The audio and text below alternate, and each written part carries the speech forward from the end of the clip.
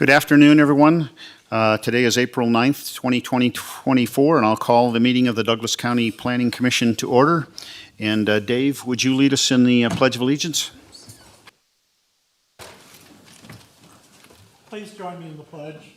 I pledge allegiance to the flag of the United States of America and to the republic for which it stands, one nation under God, indivisible, with liberty and justice for all.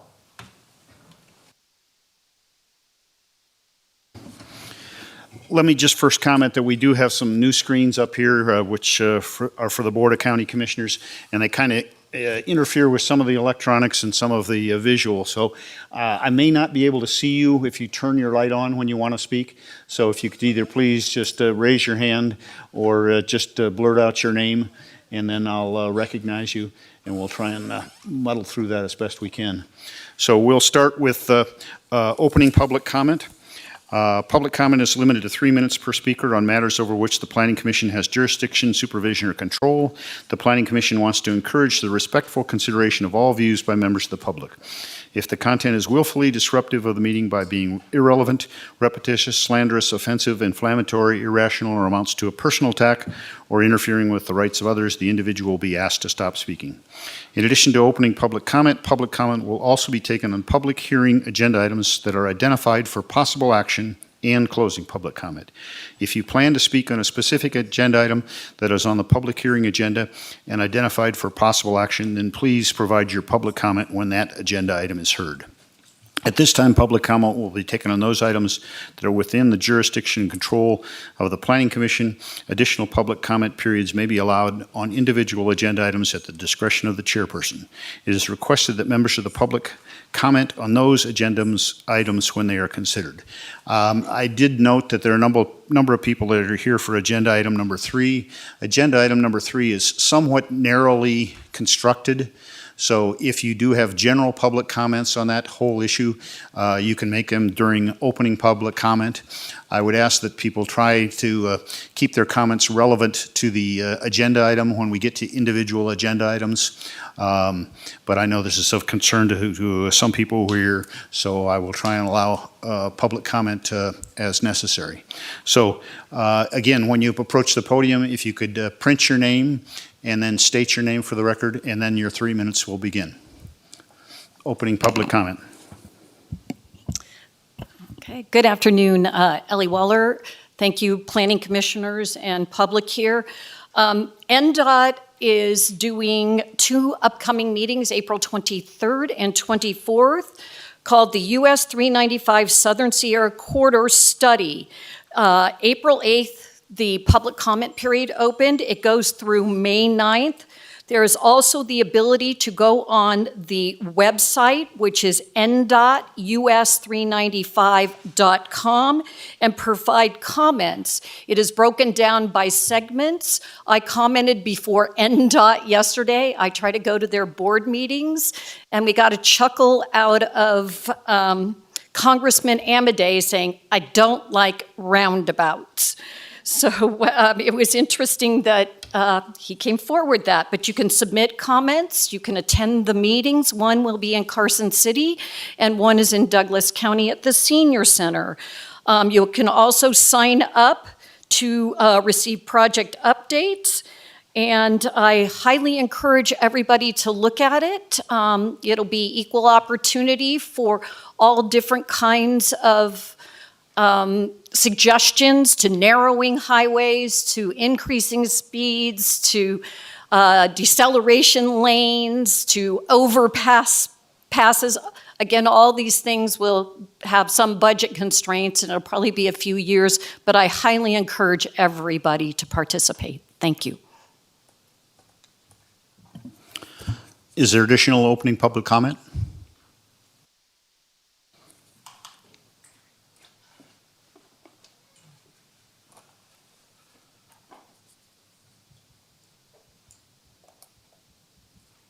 My name is Chris Noe. I'm on the board of directors of the Grandview Ranch Homeowners Association.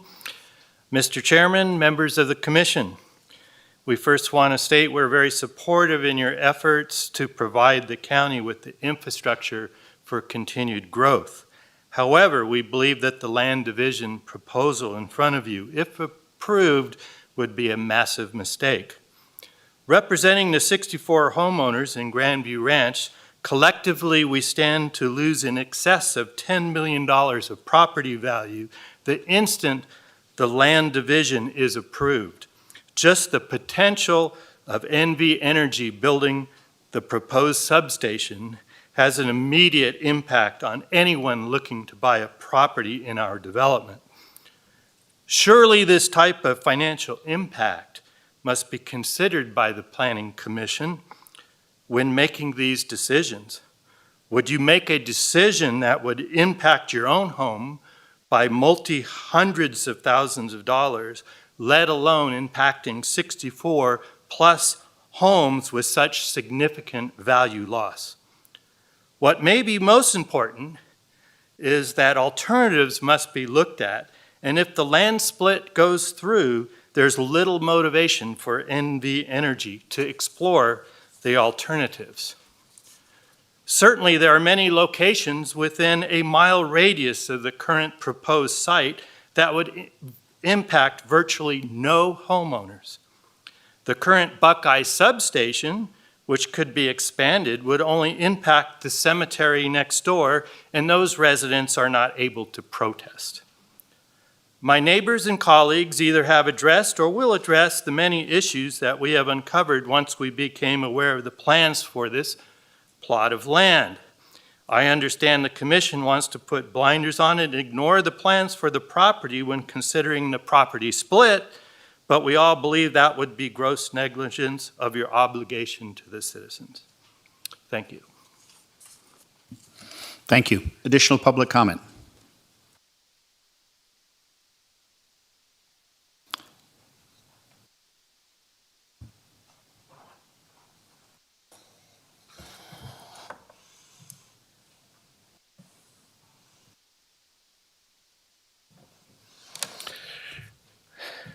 Good afternoon. My name is Larry Widener, and I live on Grand Peak Court, which is directly east of the location where the substation will be built.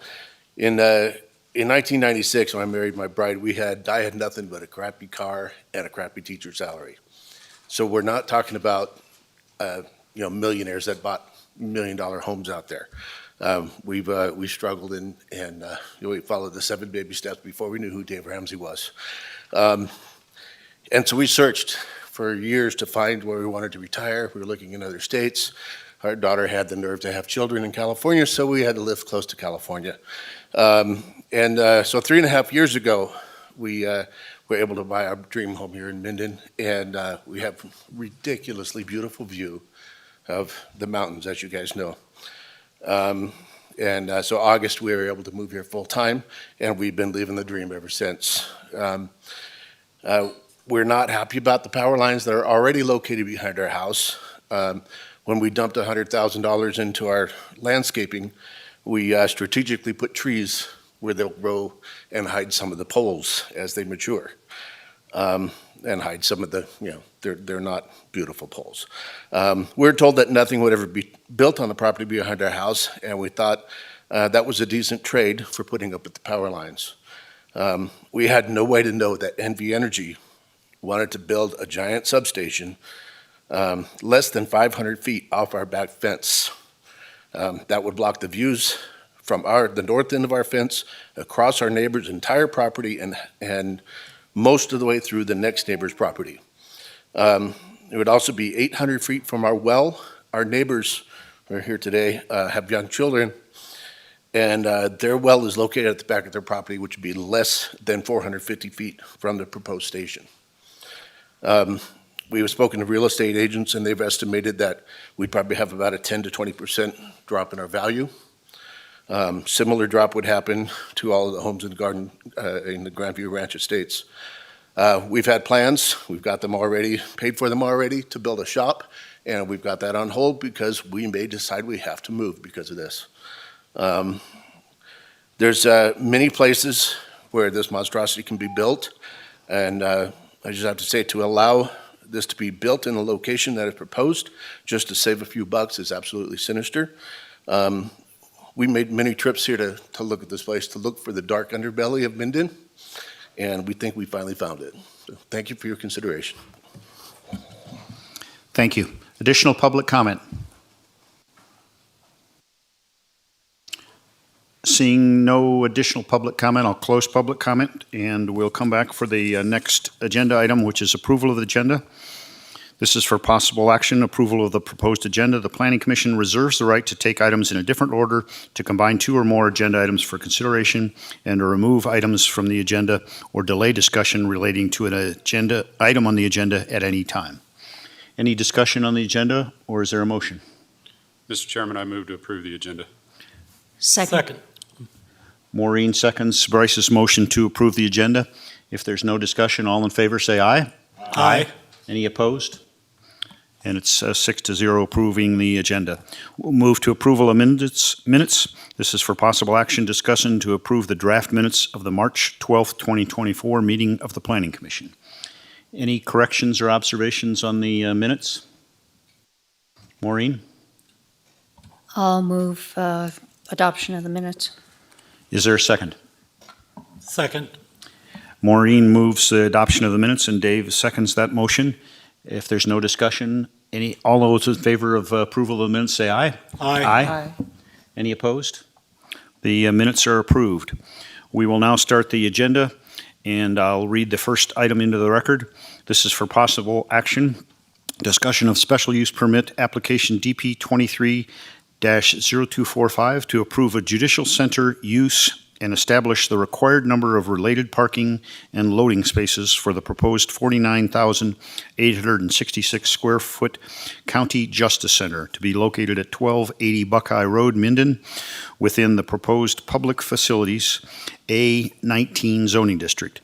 The owner and applicant is Douglas County, and the applicant's representative is Rob Anderson, R.O. Anderson Engineering, APN 1320-28-000-45. And Kate, I understand you're pinch hitting for Linda this afternoon. So if you would go ahead and make your presentation, and then we'll continue on with the applicant. Thank you, Chairman Walder. Kate Marolis O'Neill, Planning Manager, Community Development. Good afternoon, Commissioners and members of the public. Yes, Linda Doherty couldn't make it today, so I am sitting in, and staff does recommend approval of the special use permit for the proposed 49,866 square foot Justice Center and related parking and loading spaces to be located at 1280 Buckeye Road in Minden. I'm going to introduce Rob Anderson. He is the applicant's representative and will do a short presentation.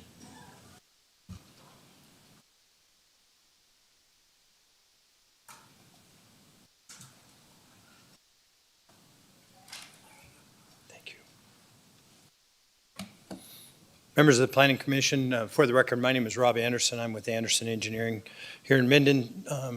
Today, at least for this item, I'm here on behalf of Douglas County representing the new judicial center, not judicial law enforcement center. It is a judicial center. The request today is for approval of a special use permit. Last month we were here and we requested your approval and received it for the zoning map amendment. So today we're focused solely on the special use permit, which includes the use as well as the parking pursuant to Douglas County Code. Those items must be considered by the Planning Commission and approved as part of a special use permit.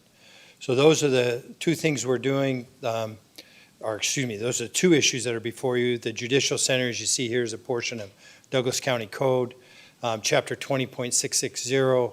And again, the parking or spaces required are to be determined at this point, and also the location of the spaces are to be provided. So that is what we're here for. I'll continue on. This is the preliminary site plan for the property or for the project, or this portion of the project. It shows the parking layout. Again, this is Buckeye Road here. To the west would be Minden Elementary School and the Montera development. To the east would be Minden's Town Yard. To the south is open agricultural ground as part of the Park Ranch Holdings property. This is the proposed building here. At the time of this site plan was prepared, there was a central utility building located at this spot. During the review process with the town of Minden, the town requested that that building in particular be relocated, and so it is being relocated to this area here. That is now part of the design work that's ongoing. The facility, the existing judicial center at Water Street and Buckeye Road has 184 spaces. 144 of those are standard. There are 6 ADA spaces. 10 of those spaces are diagonal parking on Buckeye Road or Buckeye Road that you're familiar with that the sheriff's deputies use. And then there are 24 spaces along the east side of Water Street. In the proposed plan that I showed you just a moment ago, there are 229 spaces afforded.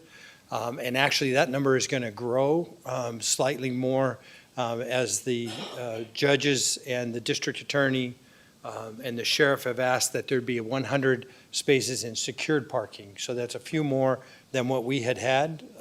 So that number is going to grow. So there will be more than 25% additional parking in this facility than in the current facility.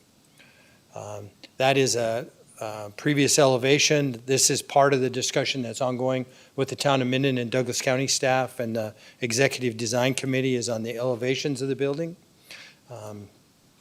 But again, the approval, the special use permit is for this proposed use.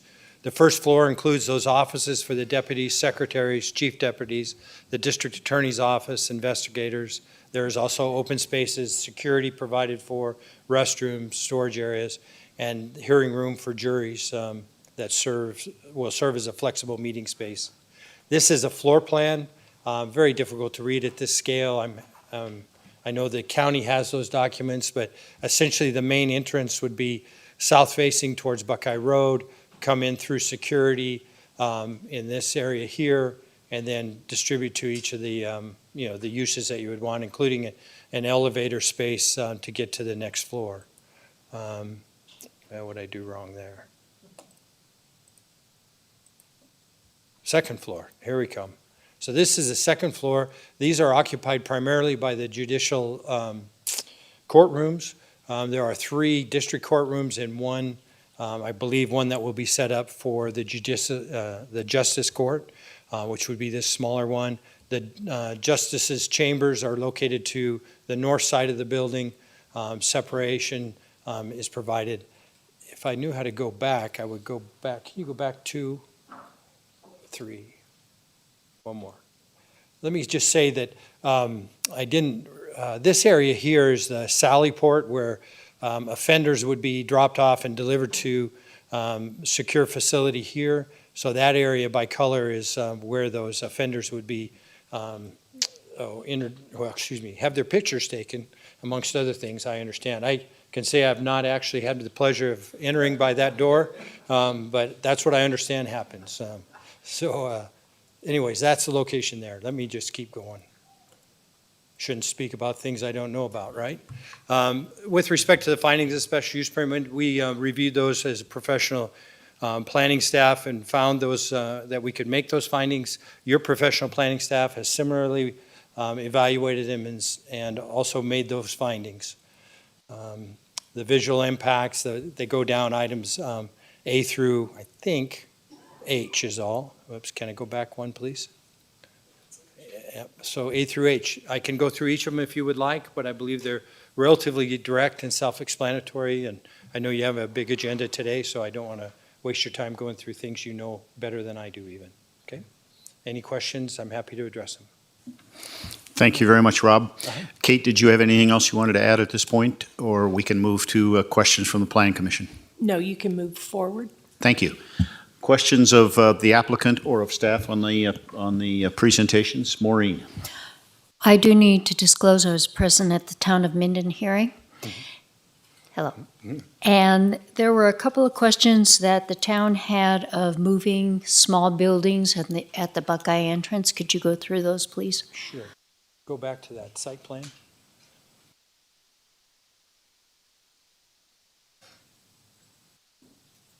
You're getting there. Ah, bingo. So the town, as I mentioned in my presentation, this building, and again, it's difficult to see at this scale, but this is a central utility building.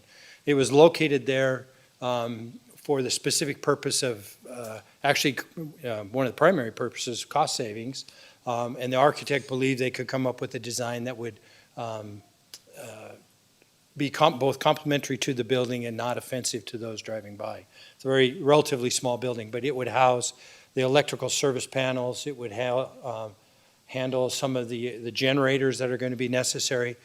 And the part of the thought process was there's a power pole located right there.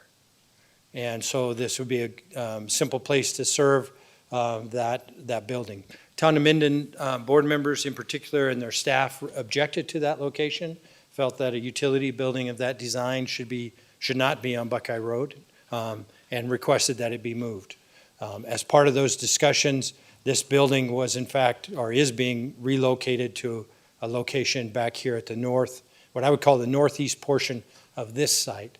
This site is part of a 57-acre site that goes from Buckeye up north towards Muller Parkway and extends to the east to what you all would know is a drive aisle that serves Park Ranch Holdings' current business.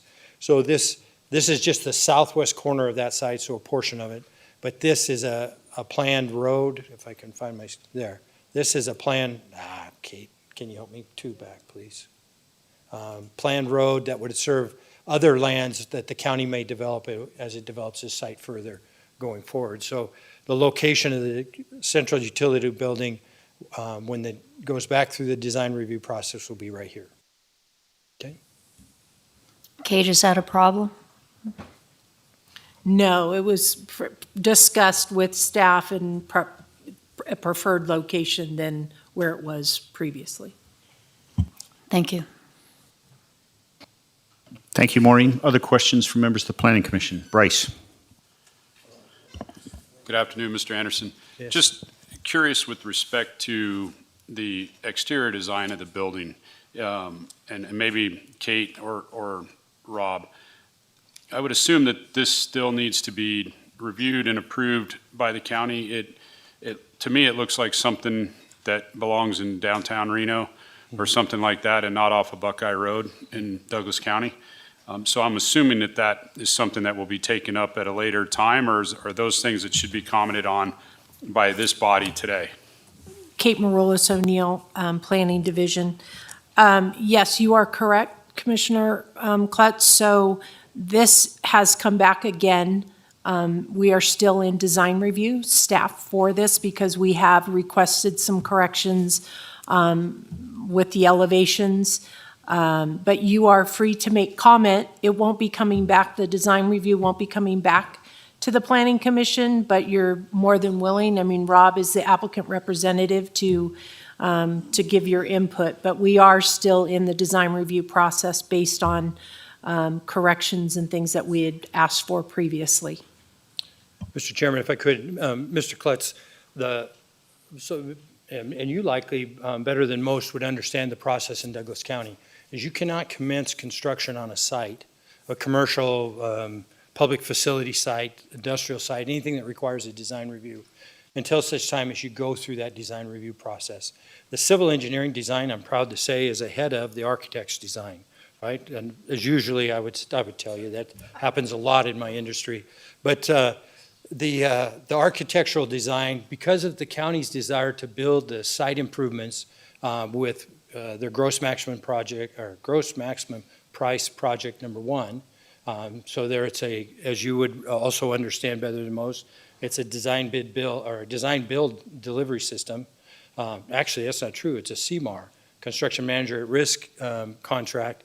And so they are looking to start the site development work this summer, late summer. And so as part of that, we had to file the design review application. Our civil design is further ahead than the architect. The architect has been spending an inordinate amount of time, in my estimation, on the floor plans to solve the questions and the issues that the Executive Design Committee have raised for the justices, really. And so we got ahead of them a little bit. Those architectural elevations are very, very draft, but we had to make a design review submittal to get through this process. As a result of that, I would tell you, much like Kate has represented to you, that that process, that design of the architecture is still being refined. And we went back to the town of Minden. Ms. Casey, I don't think you were there last Wednesday. Or maybe you were, but we showed them an updated elevation. It looks like we're making progress. I participated in a design meeting this morning, and they are reaching out again to the town of Minden's representative, J.D. Frisbee, to arrange another review meeting. But those details are forthcoming and will be submitted to staff. But it was a very preliminary elevation that got submitted as part of this process. Thank you, Mr. Anderson. I appreciate you clarifying that for other members of the commission. I don't have anything specific that I would comment on. I would ask that staff really take into consideration the location of this project, the rural surroundings of the project, where, this is Douglas County, and then we just really take heed to that during design review. Again, I'm not going to specifically comment. I don't like it. I hope it doesn't look anything like that, but I'm not going to sit here and pick it apart here today. I just hope that those things are considered by both Douglas County and the town when it goes through that process. Thank you. Thank you, Bryce. Dave? Yeah, along with that, Bryce, it does not look like $1,000 a square foot building to me either. Other questions, members of the Planning Commission? Mark? Yes, so if this is part of the design review, are we asking for a variance? Because I saw that the elevation showed one of these buildings at 40 feet high. No, there are no variances being requested. And it's Okay. just the special use permit is the only thing that's before you today, Mr. Nedner. Okay, and then in this, in your presentation, you said that you were going to be building parking spaces on an AO flood zone. So are you going to be asking for a CLOMAR, or are you going to be building it at grade? Yeah, we'll build, a portion of those parking spaces will be built within an area that's designated AO, and the impacts from doing that will be less than 1/2 foot, so there will not be a conditional letter of map revision requested. We can construct it without adversely affecting adjoining property. Okay, thank you. Yeah. Thank you, Mark. Other questions from members of the Planning Commission? If not, we'll move to public comment. Again, if you have public comment, please approach the podium, sign your name, state your name, and we'll begin your 3 minutes.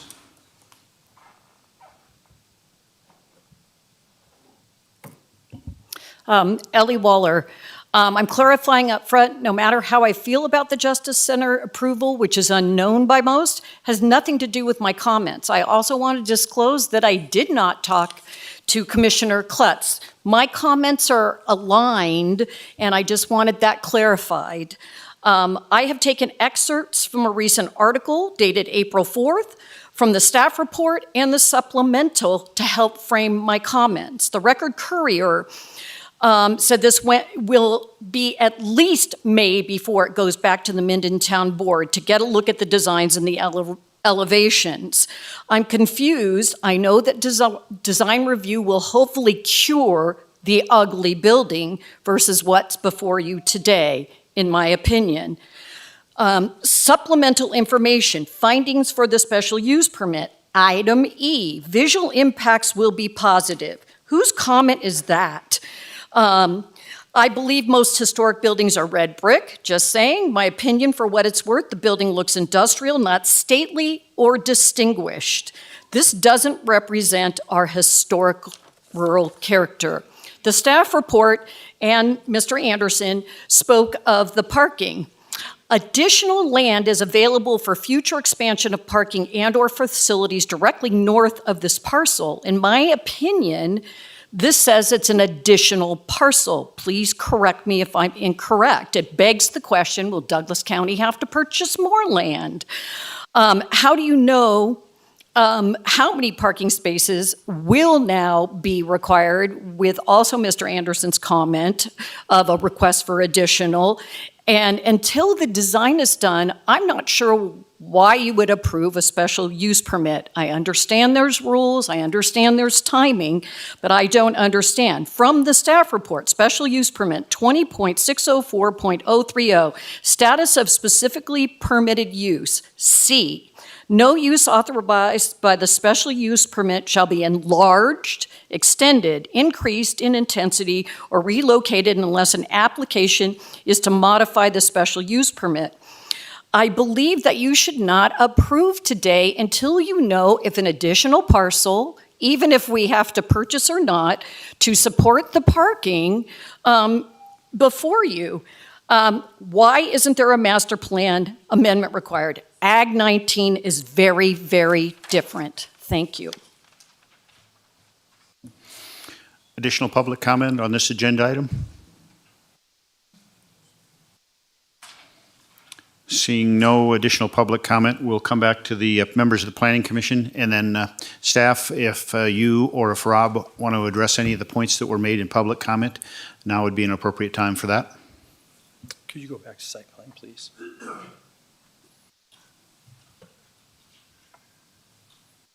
For the record, Rob Anderson. Just to address Ms. Ellie Waller's comments, unfortunately, I don't regulate ugly, so it's. But again, I do assure you that there's substantial design being done relative to the architecture that I believe will be satisfactory to the community before it gets finalized. Ms. Waller made several comments relative to the parking and the potential need for additional land. The reference in our justification and description was that this is part of a 57-acre parcel. So then in an event in the future, should the counties decide to expand this use or determine that it needed more parking, maybe there's a lot more bad crime increases, God help us, but and therefore this center is continuously full, and therefore there's additional need. This is not the limits of the property. The property is 57 acres. This is a relatively small portion of that. The reference in our justification description is there's additional land area within, and perhaps more specifically, that Douglas County owns as part of this same parcel that's available to expand the parking should it be needed. My apology to Ms. Waller that we were not more specific in our description. Relative to and by the way, I do think we're at least 25% over parked beyond the existing judicial center, and with a modification to the site plan for the supplemental spaces that have been requested in the secure area, we're going to be even greater than that. So we believe we've adequately addressed the parking. I did want to point out to you too, there's a fence right here, a gated and secure fence there, and in the plan there's a gated and secure fence there. So when I speak about the secure parking area, it is this area in the rear of, or excuse me, would be the west and the north portion of the site. And so that is the area that I didn't refer to in my earlier presentation. That is the area that will have 100 spaces. Finally, with respect to the master plan amendment, this and the need for it, this site is pursuant to your action last month, there was a zoning map amendment to allow it to become a public facility site. Public facility zoning in Douglas County is unique in that it is allowed in any master planned district.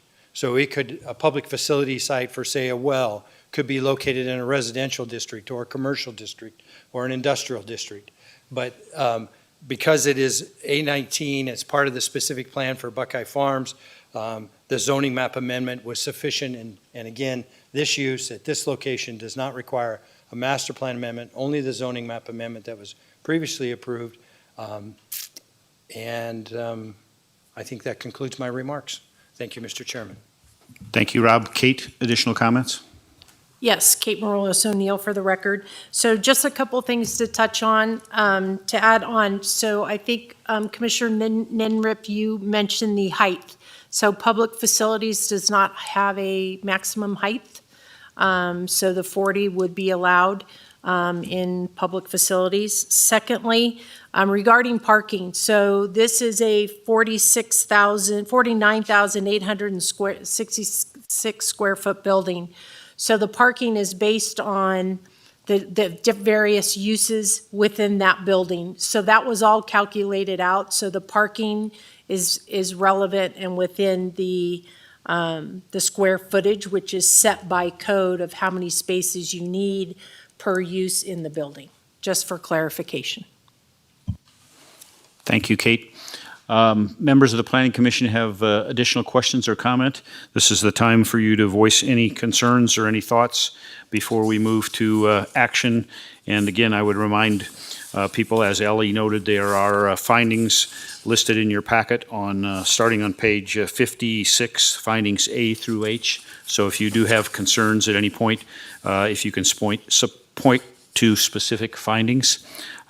Members of the Planning Commission for a discussion and then a motion. Maureen. My only comment is the courthouse is generally the center piece of the town, and we are building a new courthouse. So I ask that we keep that in mind during the design review process. And that's it. Additional comments? Lori. Thank you. I agree with the comments questioning the design and the elevations and the exterior, and I do think that that staff has got a big job ahead of them, but I think you're up to the task of providing some elevations that are worthy of Douglas County. I know that there's a push and pull between design, high-end design and costs for the taxpayers to bear. And so to that end, I'm hoping that we can find some solutions that create that high end without breaking their bank. But I do appreciate that you guys are going to do your best to get a development design that's going to be worthy of our community. So thank you for your efforts there. One question I have, because how elastic are the boundaries of our special use permit?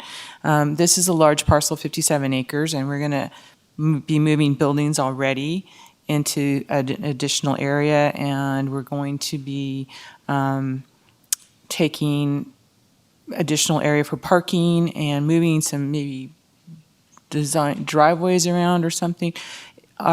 Is the boundaries that we're showing here, our findings for approving the SUP, are those going to be able to be expanded north to allow for the flexibility that you need to accommodate the changes that are anticipated?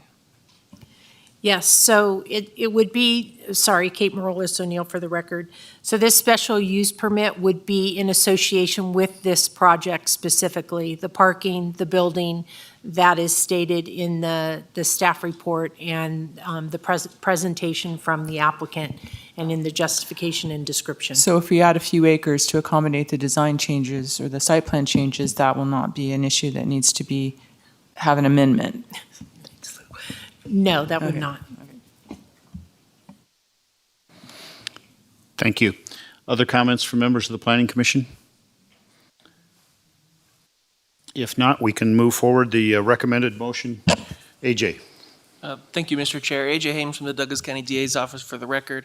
I just wanted to make one clarification to the recommended motion, and probably something I should have caught before the packet was prepared. But the recommended motion is to approve, subject to the conditions set forth in the staff report. However, you'll note that the first condition in the staff report is that the applicant must reflect the approved number of parking spaces. And so that is the job of the Planning Commission, is to actually set a number. So in your motion, you can move to approve, subject to conditions, but then you need to specify the number of parking spaces that are required for this special use permit. What the applicant has recommended is 200, which is based on other public facility calculations in code. What is actually proposed here is more than that. I think there's 229. So either of those, I think, would be an appropriate number if you wanted to choose one of those, or if you want to deviate from that, you can as well. You'll just need to state the rationale for doing so. Thank you, AJ. So just to clarify, you'd prefer that we add to the recommended motion language saying something to the effect of with at least 200 parking spaces, or alternatively with the proposed 229 parking spaces? Yes, that would be my recommendation. Just to state a number of the minimum amount of parking that's required for the special use permit. Okay, thank you. Whoever wants to make the motion might get to pick a number there. Thank you, AJ. Is there someone prepared to make a motion? Mr. Chairman, I'll give her a whirl. Let me move up here to the motion.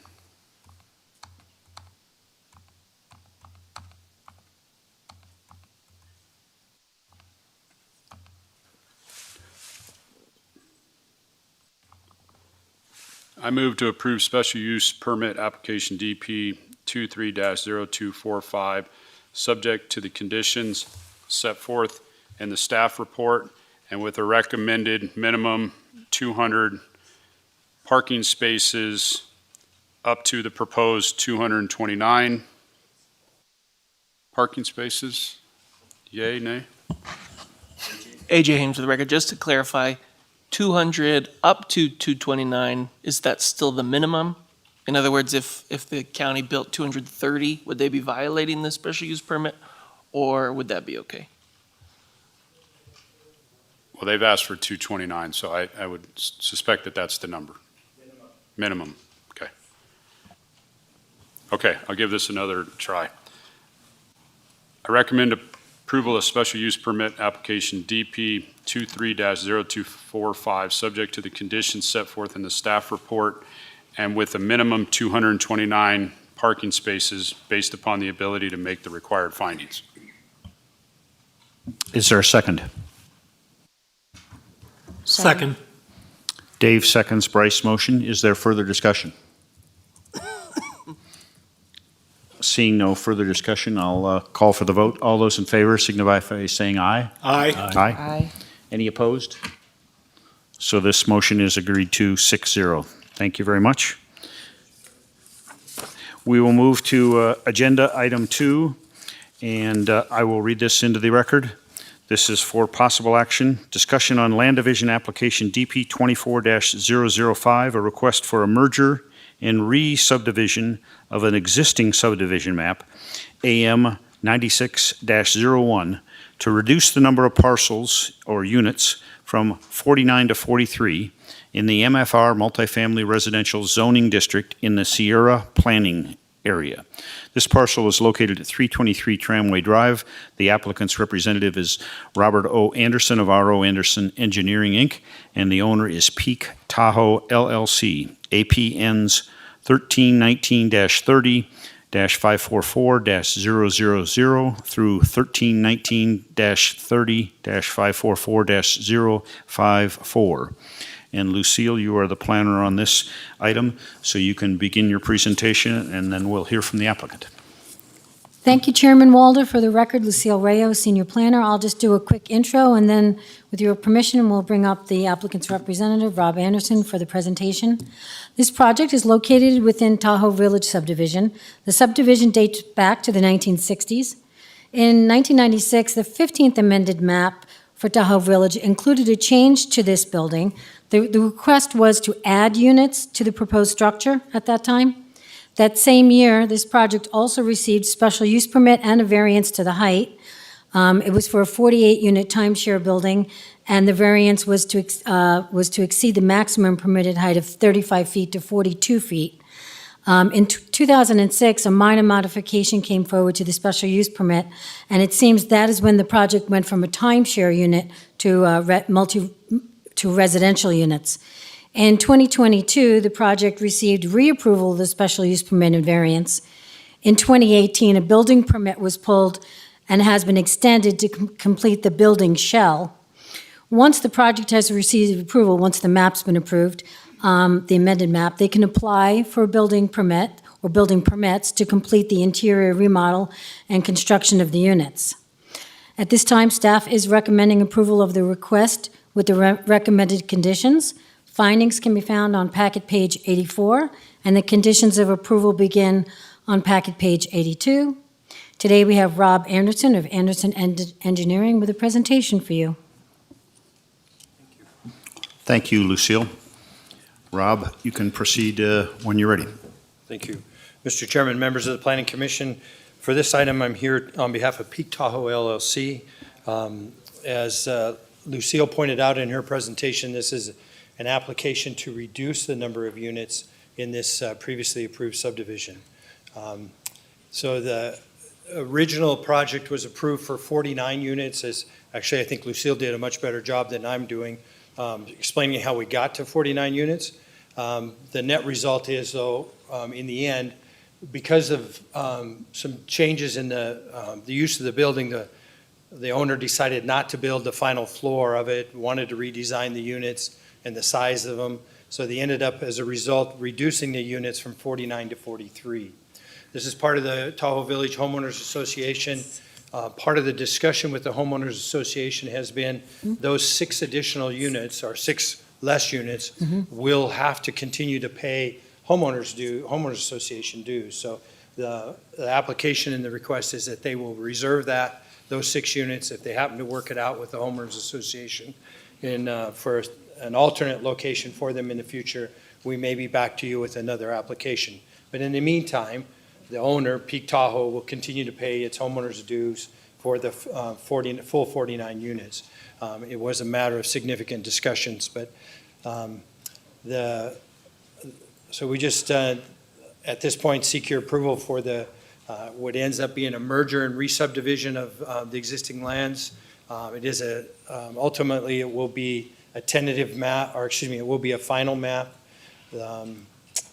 This is generally kind of the units as originally laid out in 1997. I don't want to do that. I want to do that. There's multiple floors. There's a garage floor, a main floor. There is then, I think I went one too far. Kate, can you go back one? Main floor, nope, I didn't. And then there's a couple little limited comment areas off the side of the units. This is what it looks like relatively recently. They sealed it up so they could work on the inside, but ultimately construction ceased about a year ago, awaiting some financial issues to get resolved, which I'm understanding now that they have been, and they're ready to proceed in earnest on the remainder of the remodel on the inside of the building. There had been previous permits issued that allowed them to put the roof on and some of the exterior finishes that have been completed most recently. That concludes my presentation. Simple request, happy to answer any questions you might have. Thank you very much, Rob. Planning Commission questions for the applicant or for staff? Dave? Rob, that building has really been under construction for a very long time, and I know for a very long time there was virtually no protection from the elements going through there. I heard a rumor that the one reason they want to get rid of the upper story was because the engineer that was looking at this said that the foundation would no longer support the additional structures on top. Is there any truth or validity to that rumor? So first of all, it wasn't this engineer, right? So I don't do that type of work, but I would be poorly qualified to make that assessment. Not to my knowledge, Mr. Nelson, but I'm not involved in the structural design of the building. The 3 units that are in the basement, I would assume that would have to have a fire-type structure surrounding them, since it is basically a garage. Is that correct? That is correct. And how many windows do those units have to the outside? I do not know that answer. Sorry, I cannot answer that question. I wonder if staff can answer that question. Do you know? For the record, Lucille Rayo, I don't have that information on hand. Doesn't sound very good to me. It is definitely a marketing issue. But as you can see from this diagram, those 3 units are to the exterior of the building that are proposed in that lowest floor. They're going to be surrounded by people pulling in and out and fumes and everything else, too. Might get sold at a discount. Okay, thank you. Uh-huh. Additional questions from members of the Planning Commission? Lori? Thank you. Could you just clarify your comment about the additional 6 units? I understand they have to pay the homeowners association fees, but then you commented that it was possible that they could find another location for those units. Are you considering in this building or another location in the development or? Another location within the homeowners association's boundary. Okay. So, and understand that the permit fees for those, including water and sewer in particular, out-of-district water rights were acquired and paid for. So there's a significant value to just the right to, those rights alone Right. inside KGID.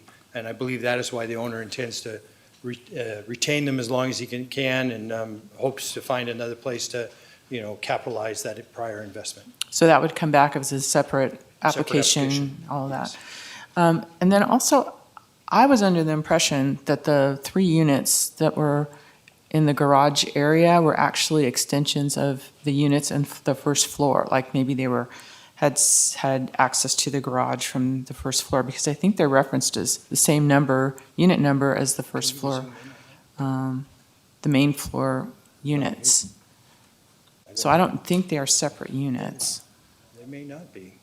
Can you hold the control now? Do you hold the control? Level unit, of unit 111, you might be right. I can I pan it? Yeah, you might be. We ordered each floor with 100, 200. So what's the second? Oh, there you go. Go to the second. The main floor is all 100s. Right. So go to the second floor. One They're up? 200s. One up? It hit escape. Then up. There you go. You might be right. Yeah, 200. Yeah, there you go. You don't think so?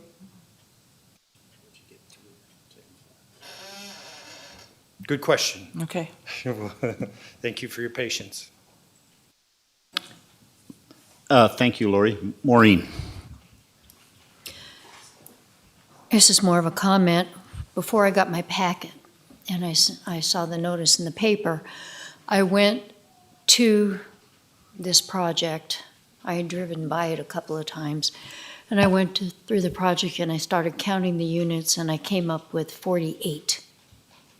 And I could not for the life of me find the 49th. On the original final map? Yes. Hmm. And it was, Curious. I was looking forward to your presentation because I wanted to find where it was. And then I saw another diagram that said 44. And it's just the way the diagrams are on the website for this project. It's just very confusing. So I'm glad to have, thank you. I'm glad to have the diagrams in front of me so that I was able to count. So, Ms. Casey, as a firm, actually, Mr. Hutchings, when he was employed with our firm, did the civil site design for the previous owner of this property. So we've been involved in the site for quite some time. We did not do the base mapping, though. But what my understanding of the current conditions is there are 49 units that are approved and of record. And this reversion, merger and re-subdivision will take it down to 43 specifically. The counting of them and what it may be shown on the assessor's map, I wish I could answer that better. I don't have a good answer for you. Okay. Thank you. Thank you, Maureen. Other comments from members of the Planning Commission? Dave, if you could turn off your mic for a moment, that helps with the audio transcript. Just one observation following on Maureen's, because this project has been going on since the 1960s, which is a record. There is a lot of history in somewhat confusing situations, so I'll put it that way, for everyone's edification. This is in the Sierra planning area. You would think it would be in Tahoe, but it is not in Tahoe. And I think when you look at the noticing radius map, there's not a line on that, but it's very confusing as to what becomes Tahoe Township and what is the Sierra planning area. A large number of these units, not only in this project, but to the east of it, are also in the Sierra planning region, not in Tahoe. This does not come into play with the agenda item that we're considering today, but it is a unique situation because TRPA does not have jurisdiction over this particular project, even though the parcel is partially within TRPA's jurisdiction. The building envelope is within the Sierra planning area, which is our jurisdiction. So just an obscure little point of reference as to how we do things here in Douglas County versus Tahoe versus Carson Valley. Rob, did you want to correct me or embellish that? No, I just did perhaps supplement your comments, and Mr. Walder. He's absolutely correct. The boundary for the Sierra Planning Unit versus the Tahoe Planning Unit is through this site. Interestingly enough, maybe you weren't aware of this yet, Mr. Walder, is between the last approval and the site improvements as a result, a big portion of the site improvements actually drains to Tahoe. So as a result of that, there's always been a requirement to demonstrate compliance with TRPA's guidelines, which we've done successfully. But between the last approval of this site and this most recent one, and I have no idea how this happens, other than I know that TRPA has a lot of power. They actually shifted the boundary of TRPA to the east. So we ended up, I do not know how that happens, but I always thought it was kind of the crest line, but silly me, administratively they moved that boundary. It's probably 40 feet further to the east, but the building is still in the Sierra planning area, not the Tahoe planning area. So a very good point, Mr. Walder. Thank you, Rob. Those of us who live in Tahoe know that TRPA has many amazing powers, and if they can shift boundary lines, we'll sick Ellie on them. Okay, if there are no additional comments at this point or questions from members of the Planning Commission, we'll open it to public comment. And again, please sign your name and you may begin your comment.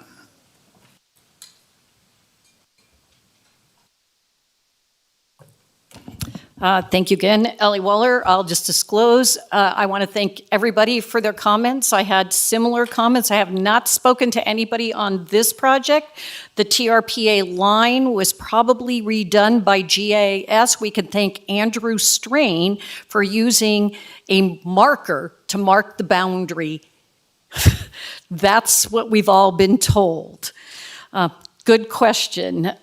This is the 16th amended map, really.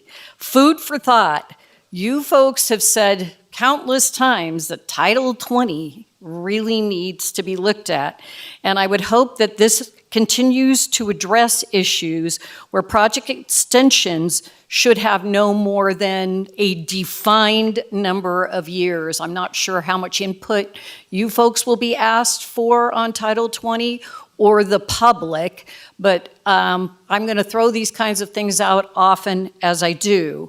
In the staff response, it says the conditions for the project provide the applicant with the ability to secure for the required improvements and enter into a security improvement agreement with Douglas County in lieu of completion of all required improvements. Please explain criteria for a security improvement agreement. Can this be likened to a surety bond? I put the definition of surety bond in here, but I won't go there. Most people can go look it up. Also explain how is this in lieu of completions of required improvements? What and how many improvements? And also please provide additional information on the disagreement that this is not a planned development in making the findings. I know I dig into strange details, but again, I want to thank everybody for their questions and again for the explanation of Tahoe. Thank you, Chair Walder. Thank you. Is there additional public comment? Seeing no additional public comment, we'll close public comment, come back to the members of the Planning Commission. And Ellie raised a couple of points.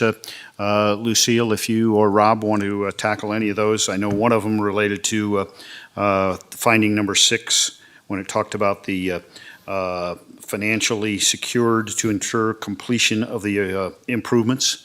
Yes. So if there's any details or if AJU had any additional comments to offer there, we'll entertain responses and then we'll go to the Planning Commission. For the record, again, Rob Anderson with Anderson Engineering. That is a routine condition, and actually it's a routine allowance within Douglas County Code that as you're progressing towards the recordation of a final map, if your site improvements, and particularly those that are required as part of the project, have not been completed, Douglas County Code has for the 40 years now. I know I don't look that old, but I am. But 40 years I've been practicing. You've been an applicant's been allowed to submit a security bond, just as Ms. Waller pointed out, for 150% of the remaining improvements. That affords them the opportunity to record the final map before they're done. This project is a classic example where that was likely done for them to record the existing final map. Then what occurs is as those subdivision improvements are completed, in this instance the site work, then the bond is released, or the letter of credit or cash, whatever was done. So very routine, done on many, many subdivisions because it gives the applicant and the landowner the ability to proceed to a final map in advance of 100% completion of all the improvements. So that is very routine. The amended map situation is in this, again, in this jurisdiction that Ms. Waller raises, this is because the Tahoe Village Homeowners Association since 1960 hasn't been able to fully, while they had a master plan, things have changed and morphed as demands and different things have gone. So the process has been there is to issue amended maps. We kind of got, between ourselves and staff, we kind of got whipsawed back and forth just a little bit. It is in fact a merger and re-subdivision as it is agendized today. And that means one of the primary reasons is all these units have previously been subdivided. We need to merge them together and re-subdivide them to the current floor plans. So in that sense, it is not an amended map that involves the homeowners association. All these units are controlled by Peak Tahoe LLC. So that is kind of the subtle difference there. But amended maps in Tahoe Village Homeowners Association have been processed that way because of changes over time. And it's not maybe been pristine or ideal, but it has been effective for the purpose of the homeowners association up there and the way it was originally permitted in the 60s. So that's the best explanation I can give you. Thank you. Anything else to add, Lucille? For the record, Lucille Rayo, Community Development. Just tacking on to what Rob was talking about with amended maps, just to make it clear, the 15th amended map was for this, included this building, but also other parcels. So 15 amended maps were not just for this project. They were throughout the whole subdivision. I just want to make that clear for the public.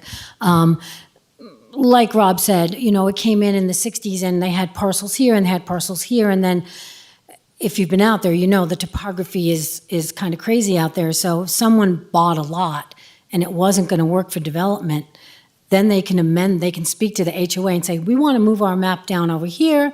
It's a more level lot. And that would be an amended map to the planned development. So that's why they're called amended maps, and that's why there's so many, because there have been a lot of parcels that have moved around in that subdivision. I just wanted to make that clear. Thank you, Lucille. Members of the Planning Commission, Dave. Lucille, when they put these 3 units in the basement where it was once all garage space, how many parking spaces were lost? This application is for land division. We have not looked at it as design review, so I don't have those answers for you. And I asked Rob because I was under the impression that this garage is more like level, not so subterranean. I don't think it's as subterranean as we imagine, like with some other projects where the garage is actually subterranean. I think it's pretty much, and then the back end of the building there's a hillside, so some of the units aren't necessarily underground. So I don't think it's as underground as we're thinking. Well, but And the Rob might be space able has to been answer that taken better. up for living space that was parking space. Yeah, so they're going to have enough parking spaces for all of the units. And they Yeah. have less units now too as well. One of the main problems up there at the Ridge is parking.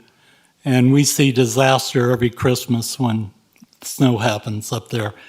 And I think that we need to know exactly how many parking spaces are there for these 43 units, because it's so inadequate all over. Thank you.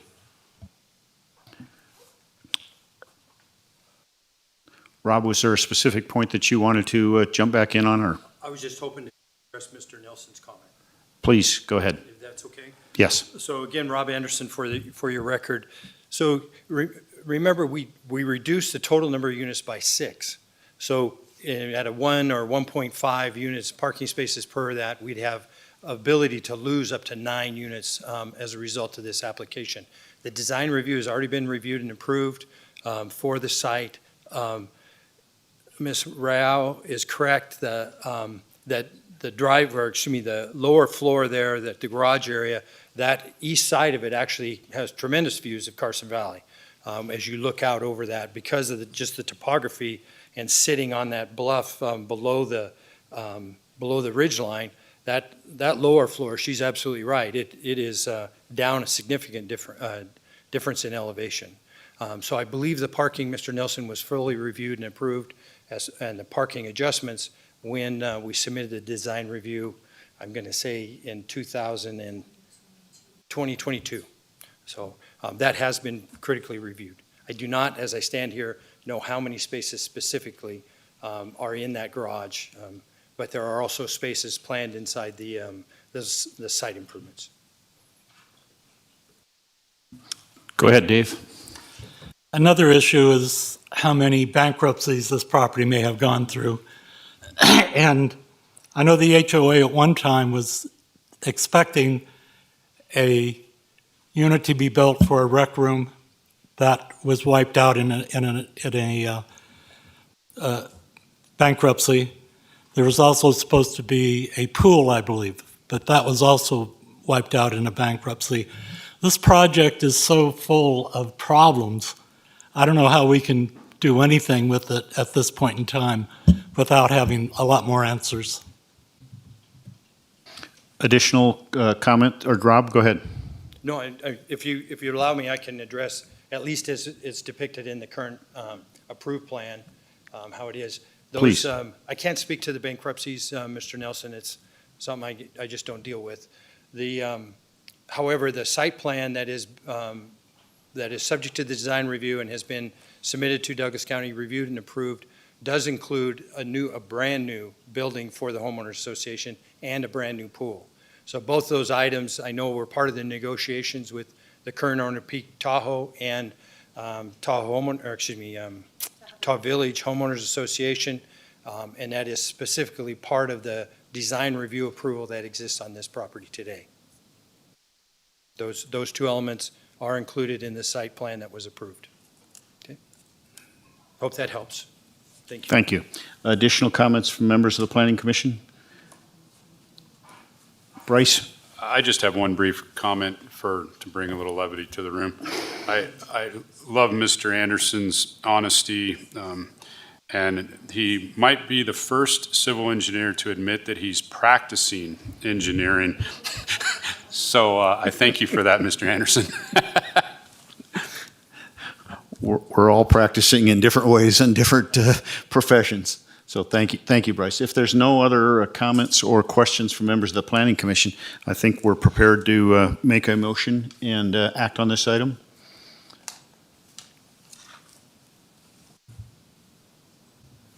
The recommended motion is on page 79, and there are findings that begin on page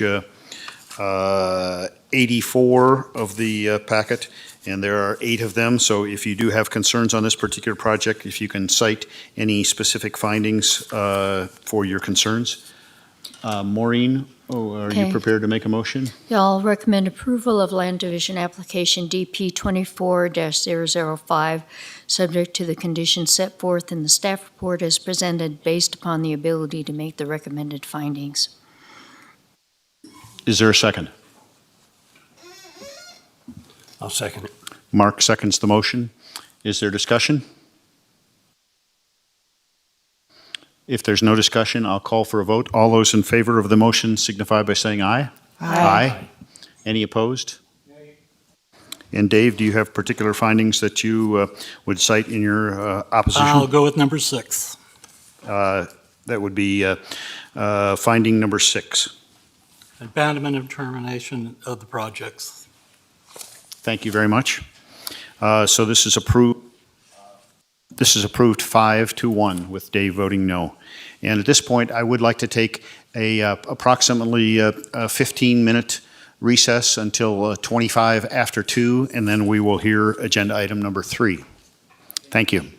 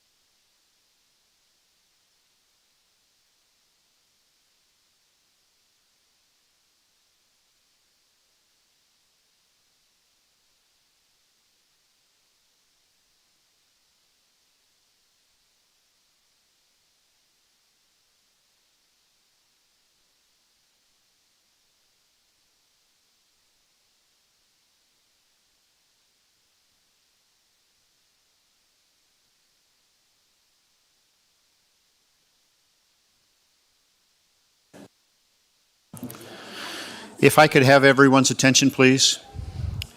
If people can take their seats, we will start agenda item number 3. And this is our last agenda item. I'll read this one into the record. This is for possible action, discussion on an appeal of the conditions of approval for DP 23-0123, a tentative parcel map application to divide a 604,932 acre parcel into 2 parcels. The appellant is contesting conditions of approval 1D, 4, 6, and 12Q. The parent parcel is located north and south of Stockyard Road and along East Valley Road in the Forest Range, FR19, and Rural Residential, RA5 zoning districts in the East Valley Community Plan. The original applicant was Michael Craven, Lumos and Associates, representing the property owners, Pine Nut Ranch Estates, LLC. The appellant is NV Energy, represented by Leland Johnson. APM 1320-23-001-015. Kate, you are the case planner on this. We do have a kind of a complicated motions that need to be followed in an appropriate order for this issue, since this is an appeal of the approval. And I had laid out for the members of the public and the members of the Planning Commission on, I think it was page 76 of the supplemental materials, a suggested order for the presentations and action by the Planning Commission. We'll first have to deal with the issue of standing, and then we'll have to deal with the, if that is determined to be approved, then we'll have to deal with the conditions of approval. So the order that I have is for the Deputy District Attorney to first brief the Planning Commission on the issue of standing. Then we'll move to NV Energy and the planning staff. We will then have questions of the planning staff or of NV Energy. We'll then take public comment on this issue, and then we will deliberate and vote on the question of standing. Then we'll move forward, if that is approved, to the appeal of the conditions of approval. So a little bit complicated, but I think we can follow this in a reasonable order and move expeditiously to hear everyone's perspective and reach decisions. So, AJ, if you'd like to start and brief the Planning Commission on what we need to do as far as determining the standing for NV Energy. Thank you, Mr. Chairman. AJ Hames from the District Attorney's Office for the record. So the first step to any appeal is to determine whether the appellant has standing. The procedure to determine that is set forth in Chapter 20.28 of the Douglas County Code. There are certain people that are automatically deemed to have standing and then others that can be found to have standing. Those that automatically have standing is any person with a legal or equitable interest in the property subject to the decision. So there's a large parcel here that's subject to this decision. If the applicant can demonstrate that they have an equitable or legal interest in that property, then they could be deemed to have automatic standing. The second category of people with automatic standing are those who have legal or equitable interest in property located within the noticing radius for this project. This was, I think, a 1,300 roughly square foot noticing radius. I do believe there is a parcel owned by Sierra Pacific that NV Energy may also have an interest in. And so if NV Energy can demonstrate they have a legal or equitable interest in property located within the noticing radius, they would also be deemed to have standing, and that is automatic. Alternatively, there are situations where they might be deemed to have standing if they can meet certain criteria. All of those require the filing of I'll use the terminology from the code,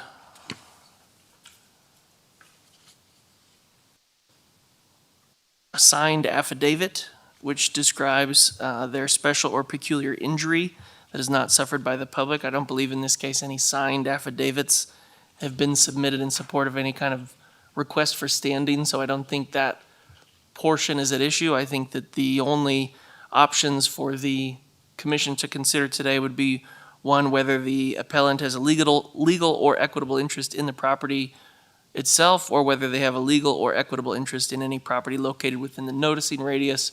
And if they do, they're deemed to have standing. And so the hearing will be conducted first for the purpose of determining standing. Then we'll need a motion at the end of that portion of the hearing that they do or do not have standing. If they do have standing, we then proceed to the second part of the hearing, which is an assessment of the merits of the appeal itself. Thank you very much, AJ. I'd like to kind of limit the questions that members of the Planning Commission have from staff, or for the appellant until we get all through those proceedings. But if you do have quick questions that you need immediate clarification or something that jumps out at you, please jump in or raise your hand. With that, I'll ask the appellant, NV Energy, Mr. Johnson, to make his presentation. Kate Marolis O'Neill for the record. Just for clarification, we actually have Mark Sullivan here today representing MV Energy versus Leland Johnson. So Mark will be the appellant representing MV Energy today. Good afternoon, Mr. Chairman and Commission members. Mark Sullivan with MV Energy. And our standing position is we have a purchase and sale agreement on this property. We have a substantial amount of money invested in the design moving forward to accommodate this site as a substation. We'd be materially harmed if we weren't considered to have a standing. And we do have a Buckeye Sub, which is, and I don't know what the mileage is, but I believe we were noticed on the noticing on this, which is a piece of property that's just north or south of this site, and then I guess by the Bentley distillery. So we're pretty confident that we have standing. I didn't know that this was even going to be an issue, but we're definitely invested in the property, and we're materially harmed if we weren't allowed to at least be heard on the issue. Thank you. Thank you.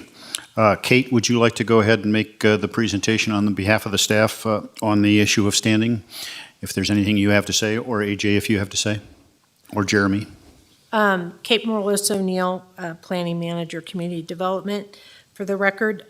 Not for standing. Again, you will determine that as commissioners. I do want to give some background on this, so I don't know if you'd like me to proceed now or Yes, wait until. I think that might be helpful if you gave us a little bit of background, and then we can hear the question of standing and vote on that. And then if there's anything else you need to add on the second part of the equation, we'll do that. Okay, perfect. So just for clarification, because I know it can get daunting and confusing, especially this one when it involves an appeal. The original application for this tentative parcel map was submitted in June of last year. We used to have the Douglas County Administrative Hearing Panel, which was staff level review. We would conduct a public hearing with noticing. That is not per code. It is not in code that we needed an administrative hearing panel. Previous administrations had determined to develop the administrative hearing panel. We determined as a staff to no longer do the administrative hearing panels. We started that in January of this year. But however, we still will notice all of those applications. When this first application came in, at the August 10th meeting, sent the applicant, which was Loomis Associates, representing the owner Pine Nut Ranch Estates, that we wanted the item continued due to corrections that we required by staff to the applicant. So we weren't going to approve the map until these corrections were addressed. In October of 2023, Mr. Craven from Loomis and Associates submitted the corrections that we required for the parcel map. It took about 3 months for staff and legal to go over some of the corrections that we did require regarding this land division application. Finally, on February 29th, we did send the approval letter for the parcel map, and the applicant, I'm sorry, not the applicant, but NV Energy is the one who has appealed the conditions of approval. So the clarification I want to make is this is not an appeal for the approval of the land division application. That has already been approved. This is an appeal by NV Energy to appeal 4 of the conditions of approval with the tentative parcel map approval. I also want to note that we did notice this again in early February prior to sending this approval letter. We sent out a noticing to the same radius, the same 1,360 square feet, noticing this parcel map again. Again, we're going to continue to do that with all of our tentative map applications.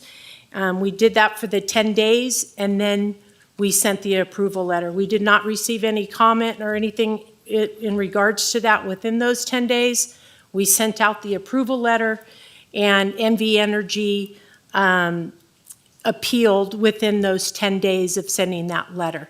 So NV Energy, again, is requesting standing, but they were not the original applicant of the tentative parcel map, and they were not the owner of the original parcel map, but they did have, they were involved as far as this parcel. They are requesting that they have standing for that. This tentative land division application is not an approval for a substation. It is simply a tentative parcel map creating 4 parcels. Staff feels that the conditions, all of the conditions in the approval letter are valid because this has to do with access to these parcels, and so the conditions are all relevant to that, not what is going to be built on one parcel from another.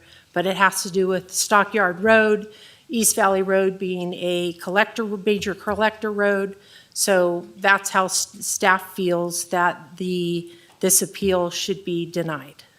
So I just want to clarify. I know it's very convoluted and a lot to kind of digest, but I just wanted to clarify that prior to moving forward.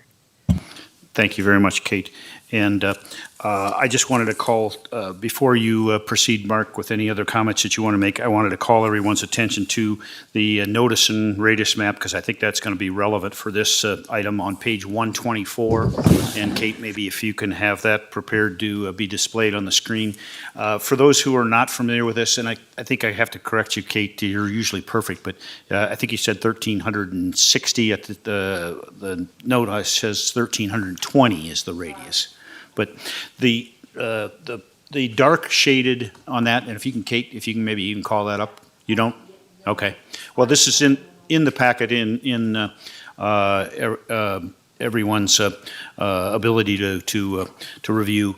It shows the parcels that are affected by what has already taken place. Number 1, 2, 3, and 4. They're not numbered on the one in the Planning Commission packet, but those are in the dark areas. And then the light shaded areas are the affected properties that required the noticing. So that's kind of how this map looks. It can be a little bit confusing, but if you take a minute or two, you can understand what we're dealing with here. So, Mr. Sullivan, if you had any other points to make, then I'm sure we'll have questions for you or for the staff in the next round. Just, again, Mark Sullivan for the record, just to point out that when I say we're going to be materially damaged, we have a substantial down payment that we had to put towards a purchase and sale agreement. If we don't exercise that agreement, we lose that money. And so we also have up in the 6 figures of investment in working on this project to date. So we feel that's why we have standing. But for us, but for NV Energy, there would have been no parcel map application. We were the impetus of that parcel map application, asking the owner to do it on our behalf. And Loomis did that for us. Thank you. Thank you. If you can stay then maybe at the podium, and we'll direct questions to you or the staff or to both who can answer and respond. I'll yield to any of my colleagues before I have a couple of questions, but whoever would like to start off with questions. Mark. So I always like to do the easiest first. On the map, Kate, where you have the noticing radius, this thing is grade. So if he's in the noticing radius, I heard AJ say that he has standing. Is he in the noticing radius? I know it's grade, but the black line goes right by it.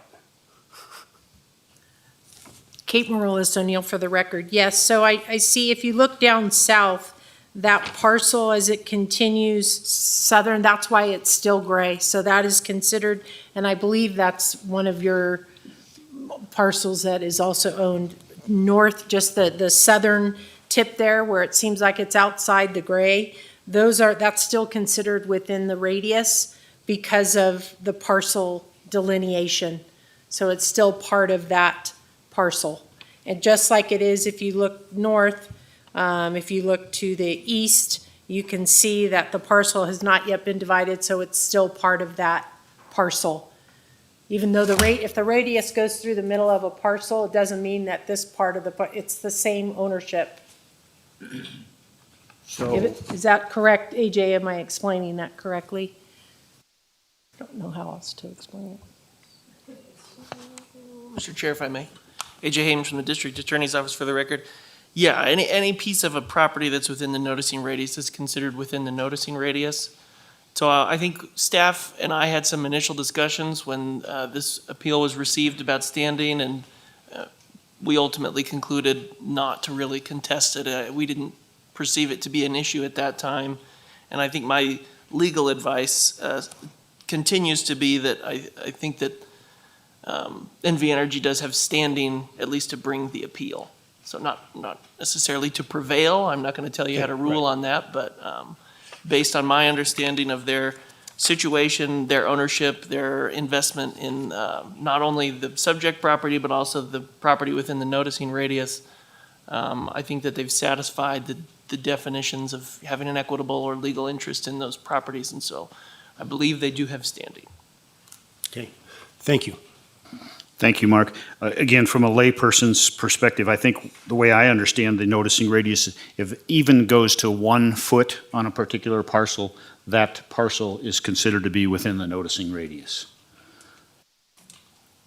Other questions from members of the Planning Commission at this point of NV Energy or the staff? I have, I think, a couple real quick questions. Again, Mr. Sullivan, you said you have purchased, NV Energy has purchased a sales agreement and you have put a down payment on certain land. That would be parcel number 1 of the affected parcel split. Is that correct? We have a purchase and sale agreement, so that's a commitment that we've made to buy that property contingent upon, there's certain contingencies. And, but we were required to put a substantial amount of money in a escrow for that. And if we don't exercise that purchase and sale agreement, the remedy for the property owner for tying that property up is to take that money, yes. Okay, but that's not exactly what you're basing standing on, because as I read chapter 20.28.020, which is the particular instructions that we have on appeals to the county, and this is on page 82 of the supplemental materials, it says the people who have standing and are said to be aggrieved would be any person with legal or equitable interest in property located within the noticing radius for the given project.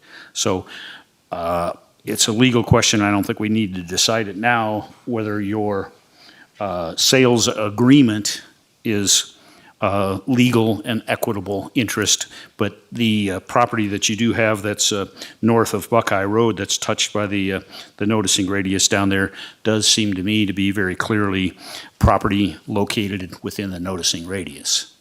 We'd agree with that, yes. Thank you. Other questions or comments from the Planning Commission? If not, we'll go to a public comment on this. Bryce. Thank you, Mr. Chairman.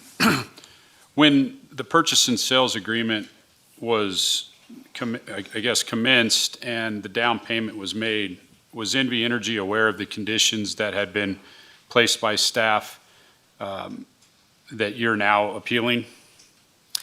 No, those weren't developed until afterwards. After you've identified a parcel and splitting that parcel as an option, then we come to the county and then we make application for it. When the county reviews it, then they give us those conditions back and say, here's the conditions of this approval. So it's a conditional approval. So you're not aware of it beforehand, no. And we weren't aware of it beforehand. Were you aware of the fact that there could be conditions? Well, as you know, as a planning commission, I mean, everything's a conditional approval. So certainly there can always be conditions, and I would say, I don't know of any case I've ever been involved in and been doing it 20-something years, I should say 2 decades, it sounds like less. But that there's ever been a project I worked on that wasn't conditioned. I mean, there's always some kind of a condition. So it'd be safe to say you were aware of that risk when you... Sure, there's always a risk, absolutely. Okay, thank you. Additional questions from members of the Planning Commission?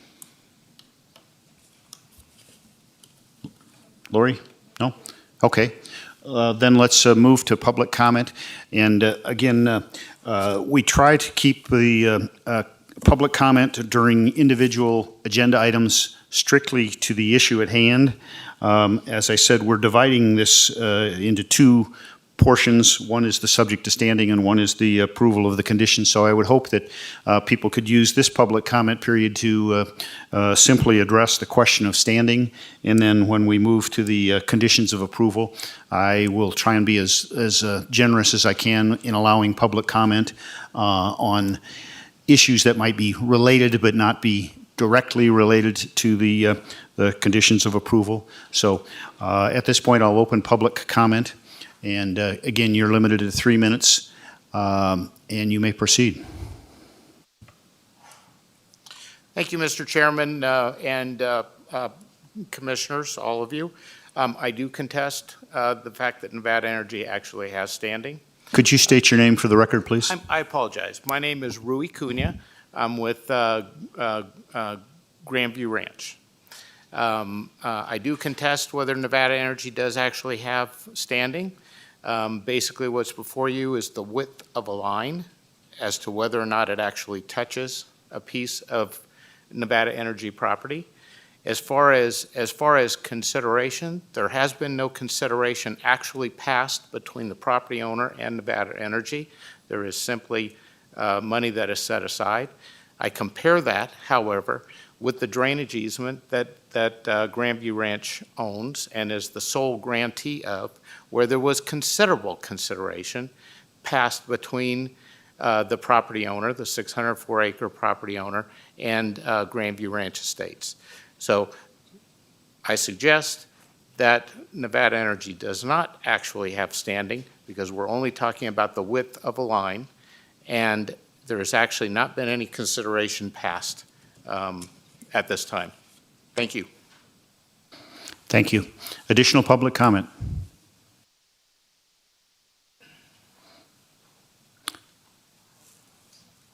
Nobody else wanted to.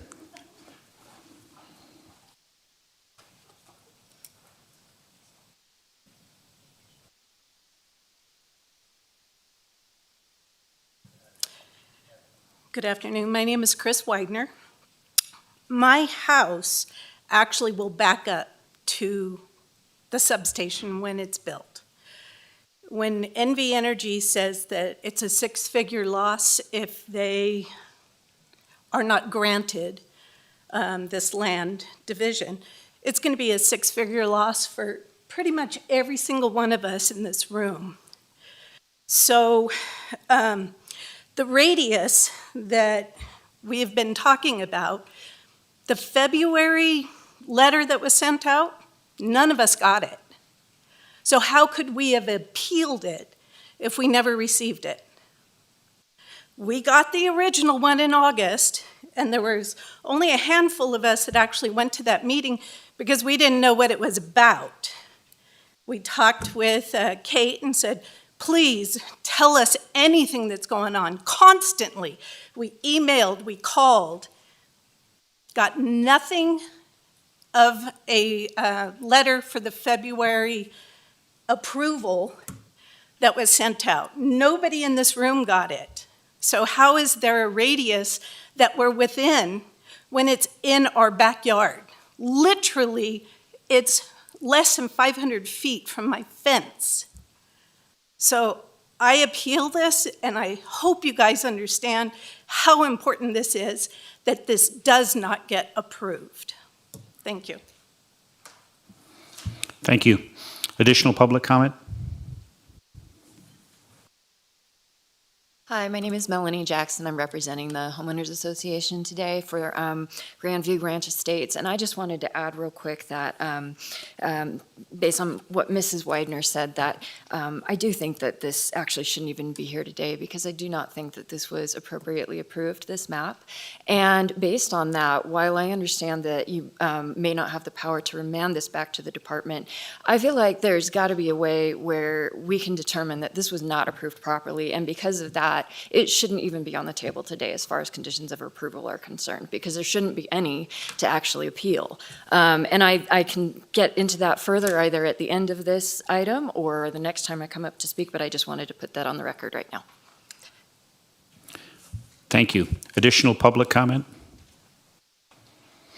Again, we're trying to not be duplicative, so I would ask people to try and address the issue of standing at this point, and then we can discuss the conditions of approval and other parts of the process at the appropriate time. But please go ahead, sir.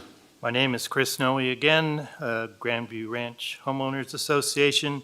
Just wanted to emphasize comments made by Kate that we were noticed of the approval of the property, and we verified within our residents that not a single person received that notice and should be considered in this decision of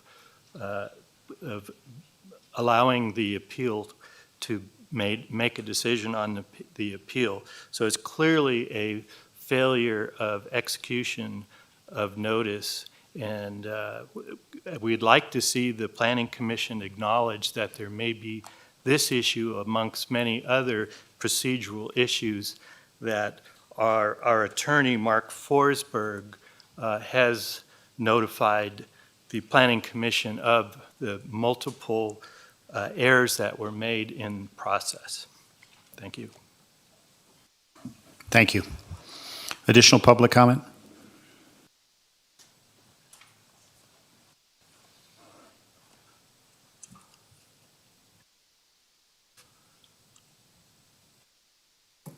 My name is Nick Rains. If you could speak up and speak clearly into the mic. My name is Nick Rains. Thank you. I moved, been in Grandview for about 2 years now, and we purchased the land in 2019 with a dream to build our forever home. Myself, my wife, my 2 daughters. And we did. We built our forever home. We're there, and it's beautiful. I'm also a subject matter expert when it comes to electrical. I'm a journeyman lineman for the power company in South Lake Tahoe. I've been doing this since 2006. I can tell you my concern with this substation in our backyard that's 20 acres big. It's the size of a community, of a housing community. This is a mega substation. It's metropolitan. Your concern of a 40-foot variance on a judicial building, this is going to be 120-foot structures, 3-piece monotubes. They're monstrous. The power they intend to bring in to Stock and then go up to South Lake, it doesn't change going to Tahoe, what this says. The voltage doesn't change. The voltage coming to Stockman changes. And my concern is not only the noise pollution, the substation built next to my well, so my drinking water, the light pollution, the electromagnetic field where my children play, where my neighbor's children play, who's a fireman. Mind you, I'm not a millionaire who bought this house. I carry a lunchbox to work, and I spent everything that I have to build this house, my forever home. I ask of the commission that you not put the inconvenience on Minden residents that live here at Grand Vista, and that you put the inconvenience on NV Energy. There's plenty of land in the Pine Nuts, and there's plenty of land for Bentley for them to move this substation. There's a section in here that says they rarely find a spot that's so perfect for a sub. That is incorrect. Standard operating procedure, you build a new substation right outside of the existing substation, where they also have land, Sierra Pacific, right on Buckeye, to build their new sub. So build it next to your old sub, not in my backyard. Thank you. Thank you. Additional public comment? Seeing none, we'll come back to the members of the Planning Commission. I'd be happy to offer NV Energy the opportunity to respond to any of the questions that were raised as it applies to standing. And AJ or Kate, if you have comments at this point, you can make them before we begin deliberations. Kate Maroulis O'Neill for the record. Just regarding the noticing, staff would absolutely have no reason to modify the noticing, change the noticing, the exact same, it's required by the applicant, and they have to do the envelopes. We cannot control the mail. I heard from enough people from the noticing prior to this even being an agenda item. So I hate the fact that some people did not get noticed. And I think the lady that was up there would know from our first administrative hearing panel and my discussions I had with them, there would be absolutely no reason for myself to alter that type of noticing. I don't know how we address that, but I do know the noticing was done. And that's really, you know, again, unfortunate. I don't know how we control the mail service, and but I did hear from people who actually came into our office and or email regarding the notice they received. Thank you, Kate. And if I could just comment further, I know the staff is very diligent about noticing, and when they are required to, complies with that fully. It is always a touchy issue because, as you can see from the noticing map in the packet, there are some properties in Grandview Estates that are not included in the noticing just simply because they fall outside of that radius. And that's sometimes unfortunate, but we do try and strictly comply with what we need to comply with for the interest of the citizens. Mr. Sullivan, you're looking like you want to make comments at this point? Well, it was just to address what you had mentioned. There's a couple of people that got up and spoke about us not having equity or having a purchase and sale agreement or money invested, and that's fine. If you discount all of those arguments, I believe that we still qualify on we're in the noticing area. I think your district attorney told you that. I think the noticing map shows that, so we still feel as though we have standing. Thank you. Thank you. We'll bring it back to members of the Planning Commission now. If they have other questions or observations, again, I would note that the recommended motion allows us two options to find that the appellant was aggrieved or to find that the appellant was not aggrieved. And the appropriate standards, AJ, correct me if I'm wrong, are also in the supplemental materials, page 82, 20.28.020, which requires certain standards to be met on appeals to the county. So I'm prepared to look to my members of the Planning Commission for their thoughts or questions. Lori, why don't you start, and then Dave will go to you and move on down the line for questions or comments. Thank you. One of the comments Mr. Cunha, I'm sorry if I mispronounced your name, provided was the idea that because of the way the noticing map was drawn, that they could only have been included because of the width of the line. And what I would want to hear from the staff is how those addresses are determined. Is there a GIS application that is used, and so that accurately measures the distance? So it's not just someone taking a Sharpie and drawing a line around the map. It is actually a distance delineated by our GIS system. Kate Maroulis, for the record, that is correct, Commissioner Lau.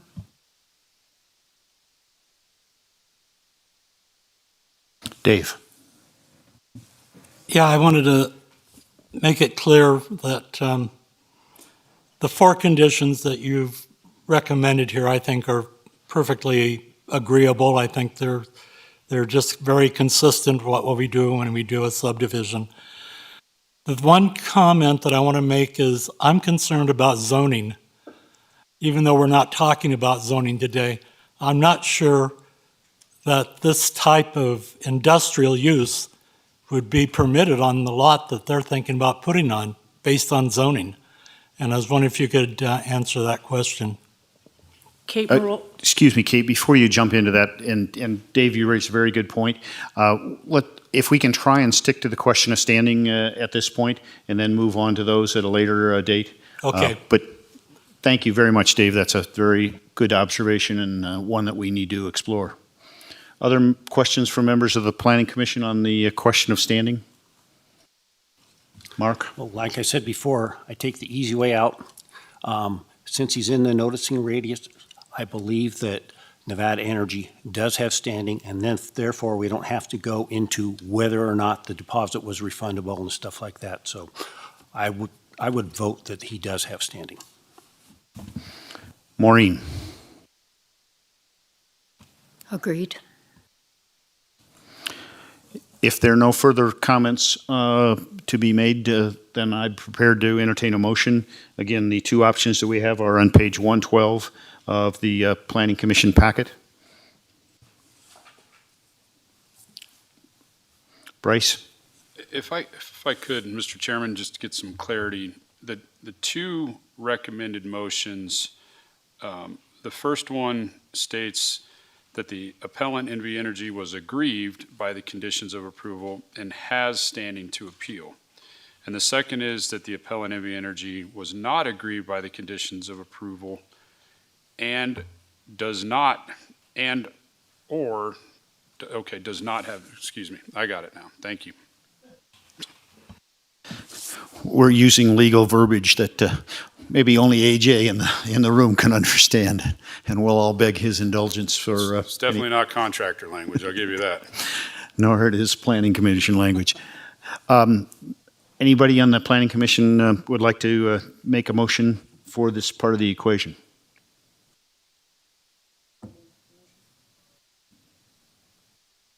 Maureen. Planning Commission finds that the appellant, Nevada Energy, was aggrieved by the conditions of approval and is standing to appeal. Is there a second? Second. Maureen makes the motion and Mark seconds the motion that the appellant, NV Energy, was aggrieved by the conditions and has standing to appeal. Is there further discussion? Seeing none, I'll call for a vote. All those in favor signify by saying aye. Aye. Aye. Any opposed? Nay. The motion passes 5-1 with Dave voting no. So we've concluded that portion of the agenda item, and now we have determined that the appellant has standing. Again, I would ask in this part of the agenda item, the Deputy District Attorney to brief us now on the conditions of approval that are being appealed. And we do also have the County Engineer, Jeremy Hutchins, available for questions, as well as Kate. So AJ, if you would like to kick it off here, we'll go to the staff, and then we'll come back to NV Energy for their comments on that, and continue on with the presentations. Thank you, Mr. Chair. AJ Hames from the District Attorney's Office. Chapter 20.28 of the Douglas County Code states that the appellate body, the Planning Commission in this case, may affirm, reverse, or modify only those items raised in the appeal. And so as many people have indicated so far already, it's a fairly limited appeal. It's not at this time a consideration of anything other than the 4 conditions that are contested. And with regard to those 4 conditions, the Planning Commission has the ability to affirm all of them, to reverse all of them, or to modify them. You could modify them by approving some,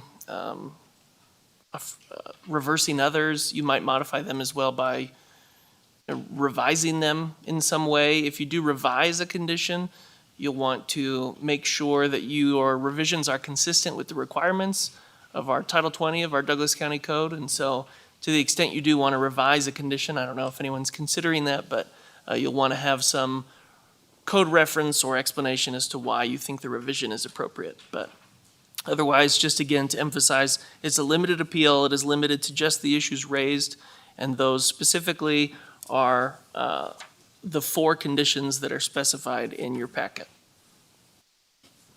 Thank you, AJ. And then I think it would be helpful, Jeremy or Kate, if you could just read these, and you don't need to have amplification or anything else other than your general thoughts. They are on packet page 114, conditions 1, 4, and 6. So Jeremy or Kate, whoever would like to tackle this short summation of those. There's also explanations of those on packet page 116 as to why these were included in the numerous conditions of approval.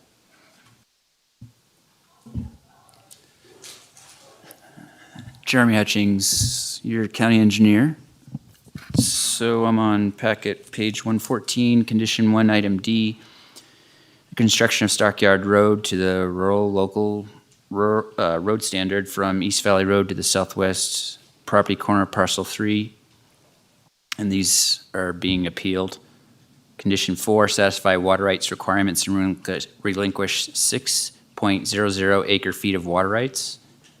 Condition 6, provide a paved pull-out for a new cluster box per detail A17, and that's of our design criteria, improvement standards. And the 4th condition, 12, item Q, driveways prohibited on East Valley Road. So those are the 4 conditions of approval that are being appealed. Does that cover it enough? Mr. Yes, Chair?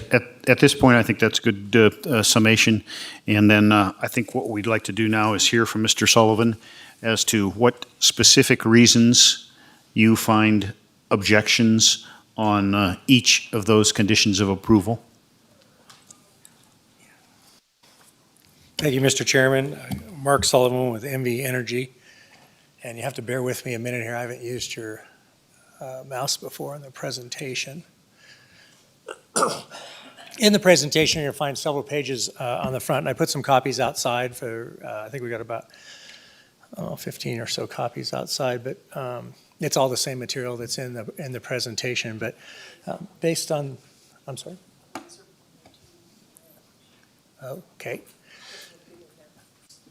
So what I'm going to do based on the recommendation of the county attorney is I'm going to go right to the conditions of approval. So on condition 1, what happened on this is a third party made the application for the parcel map on our behalf.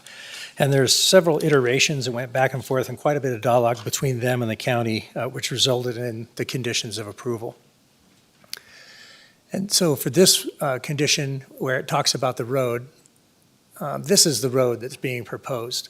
So you'll see this area here is the edge of this larger parcel, of the larger 600-acre parcel. This is the parcel that we're proposing access to.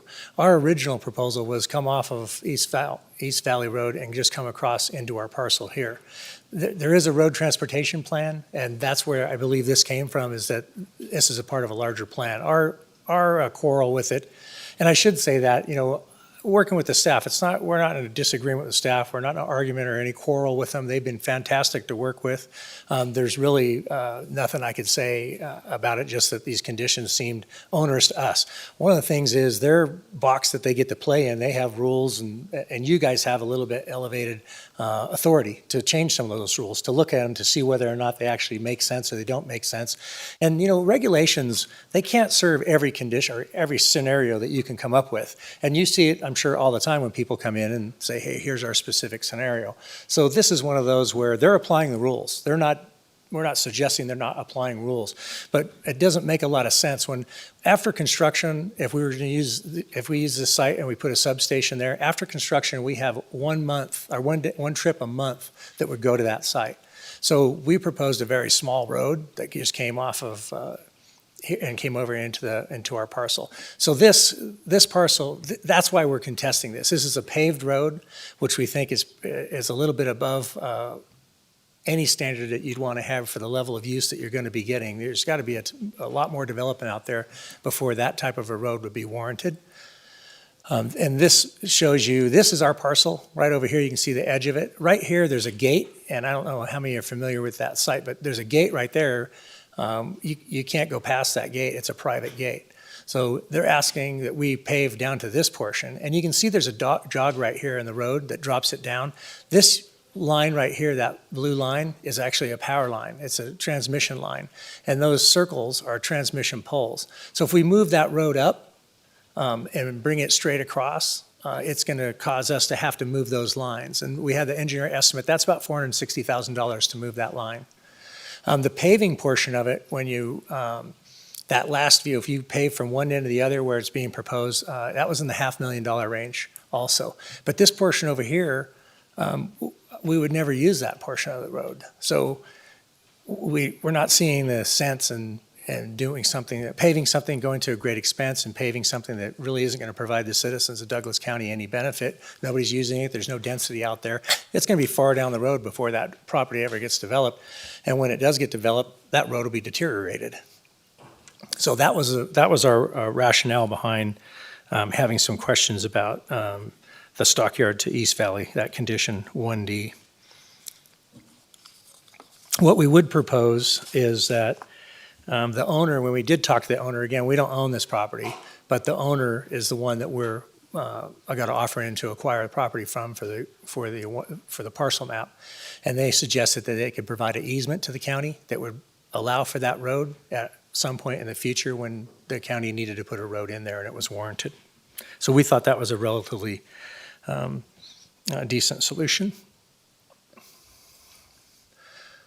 Okay, the next conditions. We got 4, 6, and 12Q. And I think it went past. Hey, I get to start over? So anyway, the conditions of approval. So what we're asking for on condition 4 and 6, condition 4 is the water rights. So when you divide a parcel up, you have to provide water rights. Each parcel needs water rights. You need a minimum of 2 acre feet to account for the kind of development that could occur on it. So we already have one big parcel there, so that already has water rights. So we are creating 3 more parcels, so we have to provide 6 more acre feet of water. Our parcel, we never use water on it, and we'd be happy to do a deed restriction on our parcel to say we're never going to use water that restricts it from ever using water. We just don't use water on a substation site. So what we're asking is, in the same with the mailbox, they're asking for a space for a cluster mailbox.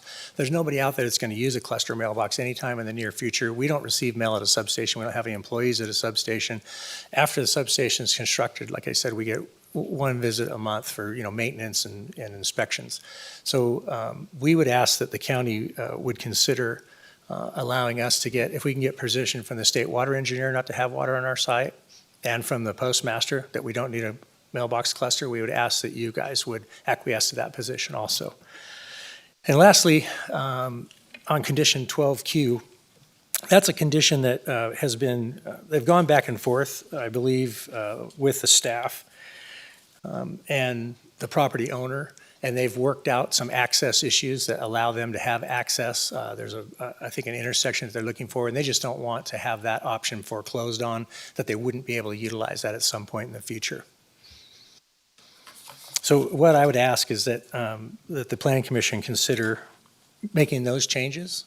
And certainly I'm interested in hearing if staff is agreeable to those, because we haven't had that dialogue yet. And again, I'd be happy to answer any questions. I think it's pretty simple. I mean, there's no changes. This parcel map doesn't approve any development. If we were going to build a substation, we have to go in and get permitting from the county, which would give everybody an opportunity to come in and participate in that process. And I've received less than a handful of phone calls. I've returned everybody's phone call. I had a call yesterday from Rui, and both him and our head of survey were in on that phone call, and he didn't have any questions for us. He was looking to talk to somebody else. So we've tried to be as open and transparent as we possibly be through the process. We have participated in public hearings, and it's pretty surprising, really to see. I mean, this has been a corridor for quite some time. So anyway, as far as the conditions go, that's what we're asking for on the conditions. Thank you. Thank you very much, Mr. Sullivan. I did want to afford the applicant, I'm not sure if the applicant or a representative of Lumos and Associates, Michael Craven, is here with us.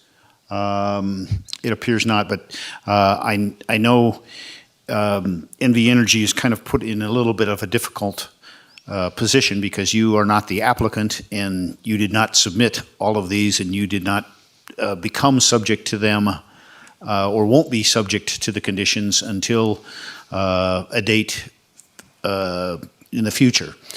So it's a little bit of a difficult proposition for all parties involved, but I wanted to offer the applicant an opportunity to speak. Yeah, I'm actually the representative of the owner here, so I did have just a couple clarifications. Certainly, if you could come to the podium and state your name and state what your position is. Yeah, Peter Adamko. I'm here as an owner's representative. Could you repeat that into the microphone Yeah, so we can Peter Adamko, the last name Adamco. And your position, sir? I'm an attorney and the representative of the owner. I've been the owner's representative through a lot of the project here. Pinetta Estates LLC? Yes, Your Honor, and the individual property owner. Go right ahead with any comments that you want to make at this point. Yeah, I think Mr. Sullivan addressed most of those, and we felt the same way. Most of them didn't really affect our position, except the last one, the condition 12, item Q. We did have some concern about that. It's not the prohibition of driveways that we were concerned about, but there's some additional language that was included on that. And that language said access to the east side of the project, which would be our parcel 3, would be through Stockyard Road. And we worked quite a bit with Jeremy and some of the other staff on coming up with a plan to satisfy all the county code requirements and also provide good access to our project if and when that happens, both to the east and west side. I understand that the county would favor a 4-way intersection into the project. They don't favor having access like on Stockyard Road, which is outside of our project, to go into the project. But the main hurdle we came up with was the part of the county code that requires on a connector road, I think it's 660 feet in between your intersections. So I believe Stockyard Road, at least on the east, going east, would run in afoul of the Grandview Estates. Some of the roads that connect into Grandview Estates, some of their intersections. So we worked with staff to come up with a plan where we would have a 4-way intersection about a quarter of a mile farther north, and it would access the west side of our subdivision, and that's north of the NV Energy parcel. It would access the primary access for the east side of our planned development, and that would be roughly, I think it's a quarter mile north of Stockyard Road. So we were concerned that that phrase in there about accessing parcel 3, we weren't positive, but we didn't want that to foreclose our eventual plan where our access would not be Stockyard Road. It would be a nice, 4-way intersection for the entire project. Mm-hmm. Thank you. Let's move to staff responses to any of the comments that were made by NV Energy or Mr. Adamco. Thank you. Kate Maroulis for the record, and I will let Jeremy, our county engineer, also comment. I just want to say again, and I'm sorry I'm going to repeat this, this was a land division application involving 4 parcels, not just the number 1 parcel regarding NV Energy. We keep coming back to this substation only, And I know that was the intent of the application, but MV Energy was not the applicant, nor the applicant or the owner, nor the applicant representative. And I appreciate Mr. Ademko referring, he is talking about the Pine Nut Ranch Estates subdivision, not this tentative parcel map. So I don't want to get kind of those convoluted. I just still feel, and I'll let Jeremy speak, but I feel that these conditions are appropriate because we are not talking about just one parcel. And I think I can address Mr. Commissioner Nelson's comment about zoning. If the conditions are still stated, we know the map has already been approved. That substation has to go through a zoning map amendment, which not only goes to the Planning Commission, it does go to the Board of County Commissioners also. It would require a design review by staff. So this is approval of this, or this doesn't mean, again, that a substation has been approved. So I think that's just really important. That's just my feeling on these. I'll let, these are more engineering comments, but that's my feeling is we keep coming back to the same parcel and we're forgetting this is a bigger picture. This is about 4 parcels, not 1 parcel.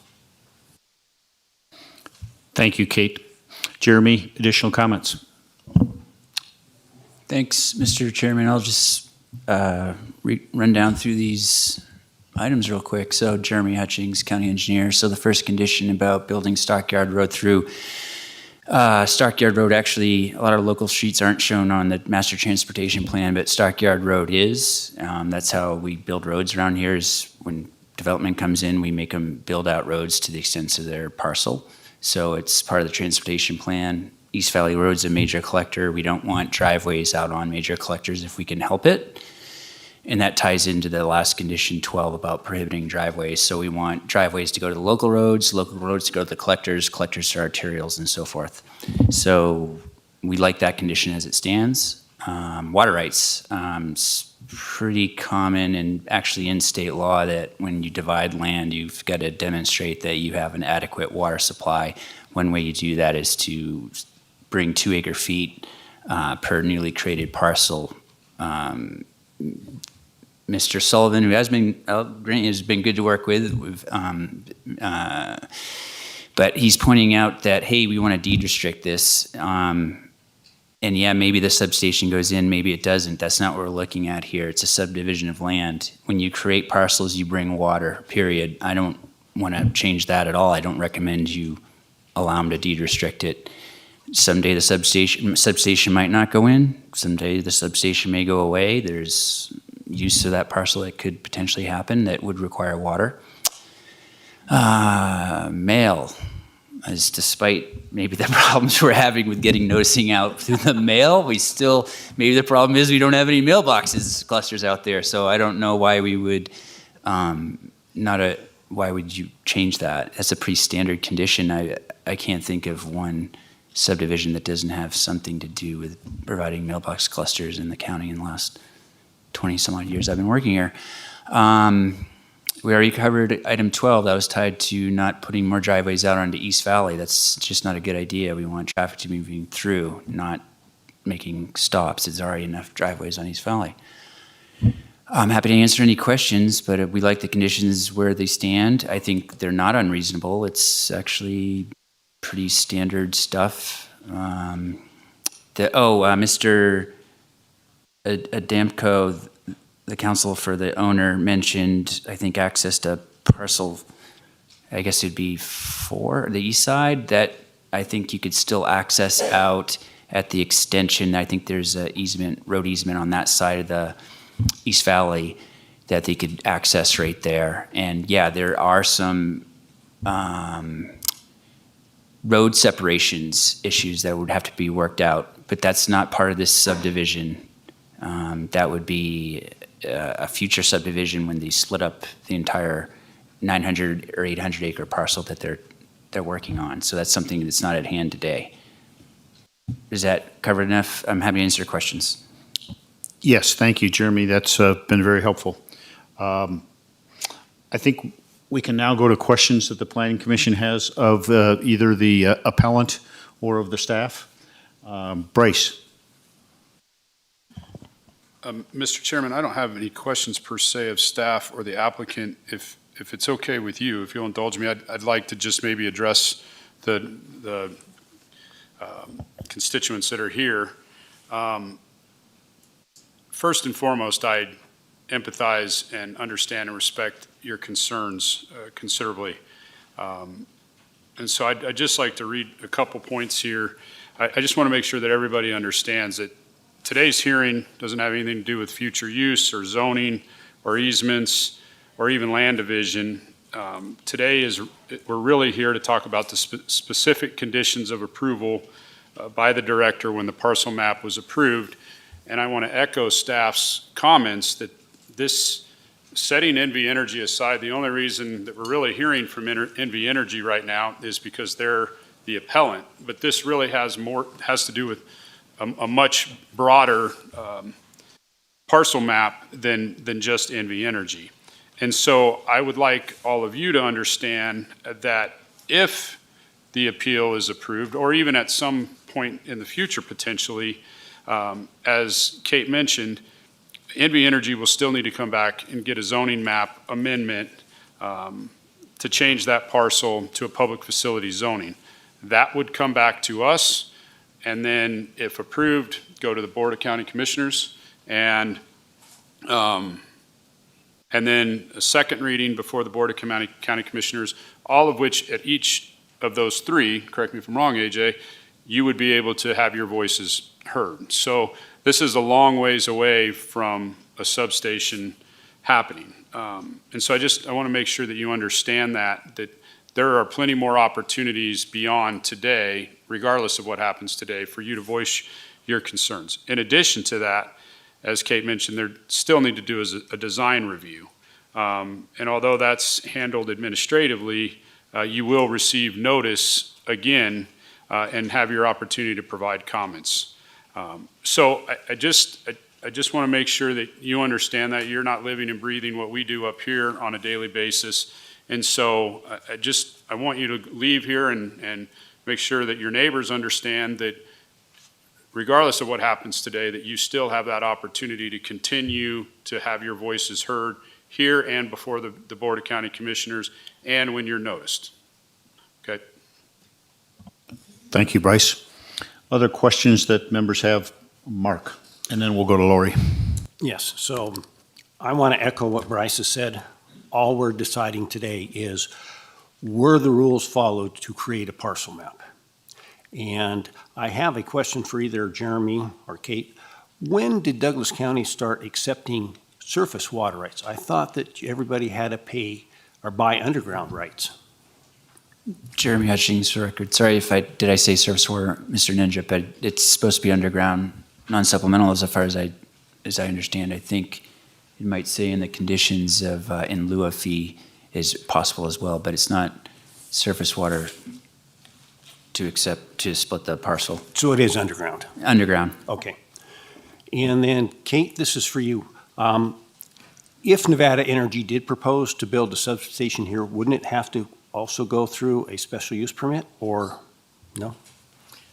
Kate Morales O'Neill for the record. As Mr. Sullivan noted, it is in the master plan. It is in the electrical transmittal energy corridor.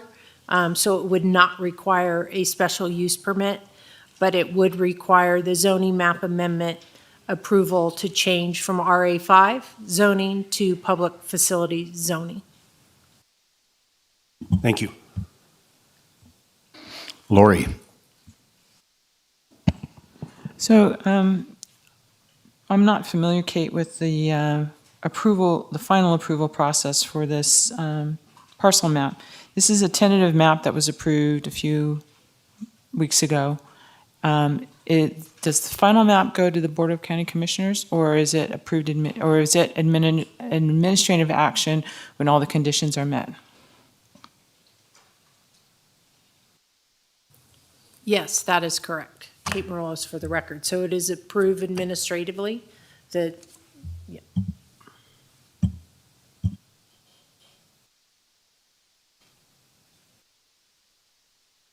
Any other questions by the members of the Planning Commission? Maureen? I'm quiet because I don't think the compromises that Nevada Energy proposed were unreasonable. As long as we get the water rights, I'm happy.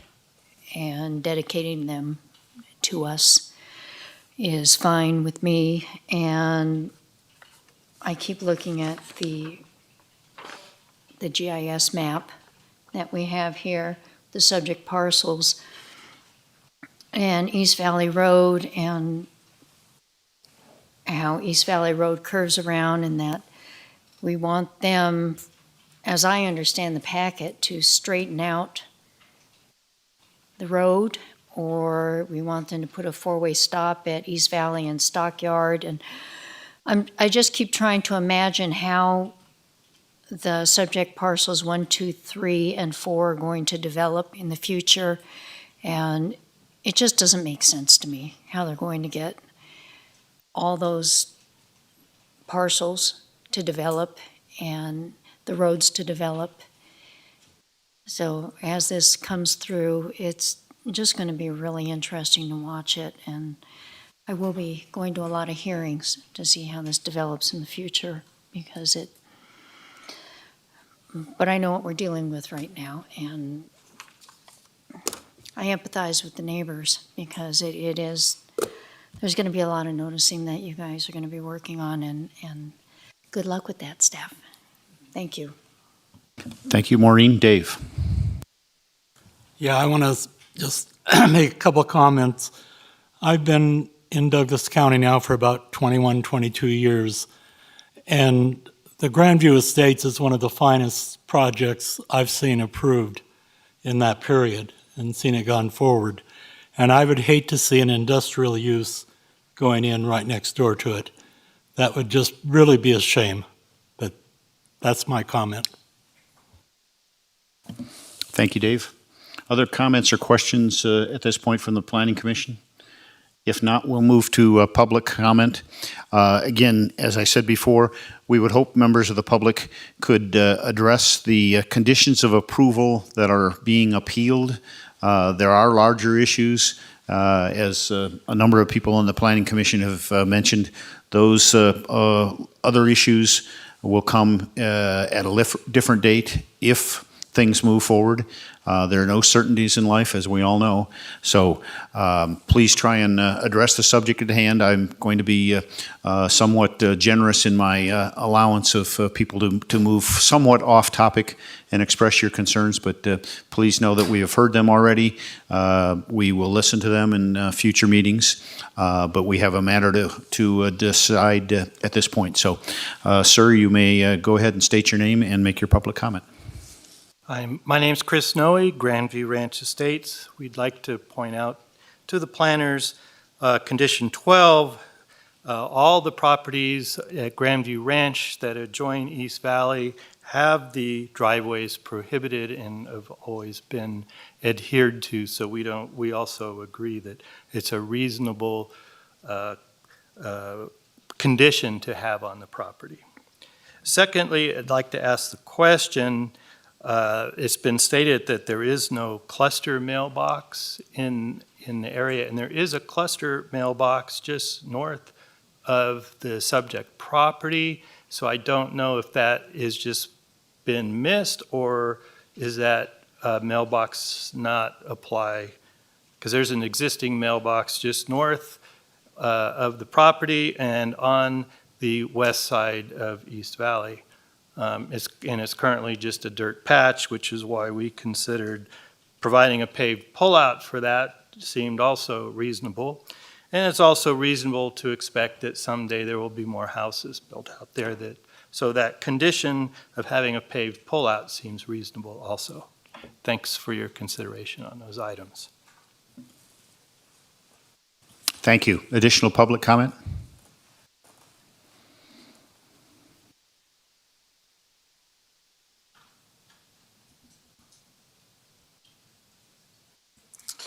Once again, Chairman and Commissioners, my name is Rui Cunha.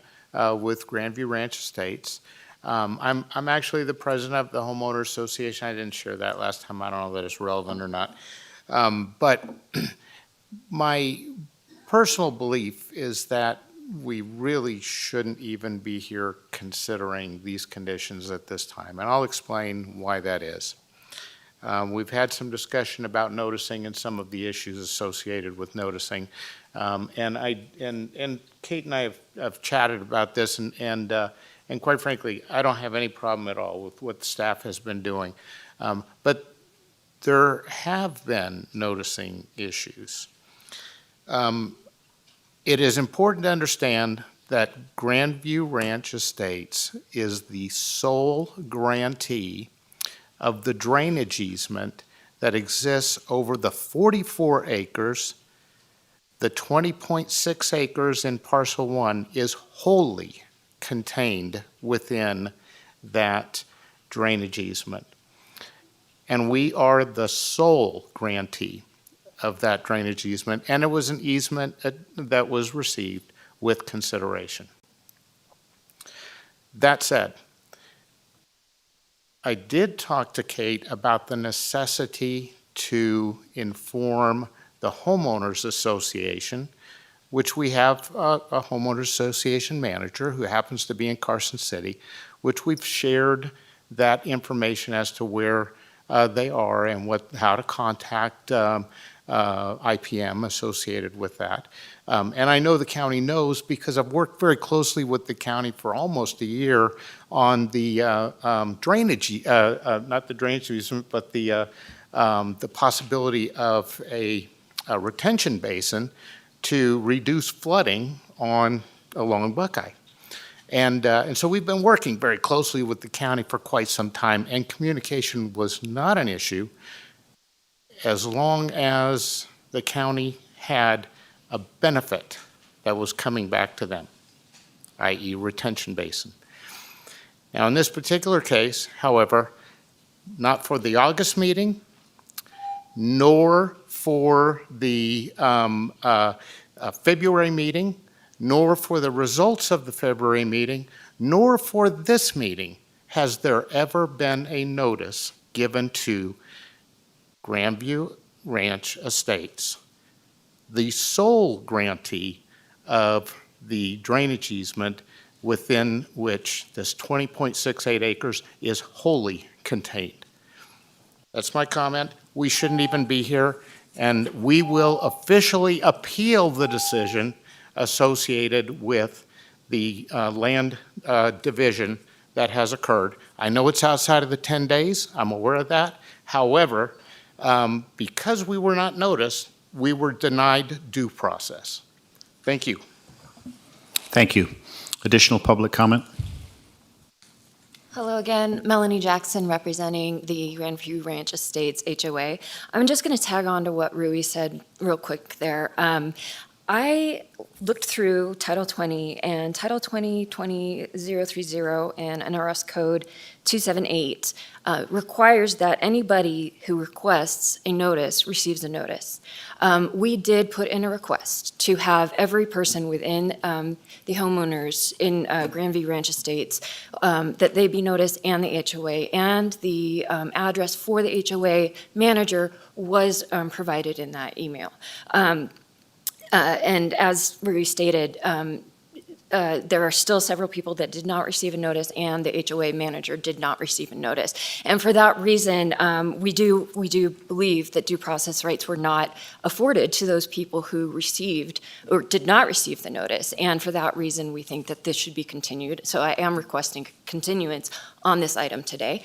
And I think that one thing I would like to just note about that is that people who have not received the notice, they can be affected by these conditions of approval. They can be affected by them not going in, they can be affected by them going in. And so just on the conditions themselves, it is important for everybody to be notified of them. So I think it is important that this would be noticed properly based on Title 20-20-30, and that it's continued so that it can be noticed again. So that would be my one request. I'm not going to focus on some of the things that I included in the attachment that I sent yesterday because, as you've noted, it isn't appropriate at this time because we are only talking about conditions. But what I do want to say is that Nevada Energy, as we all know, their intent is to create parcel 1 in order to put a certain use on the property.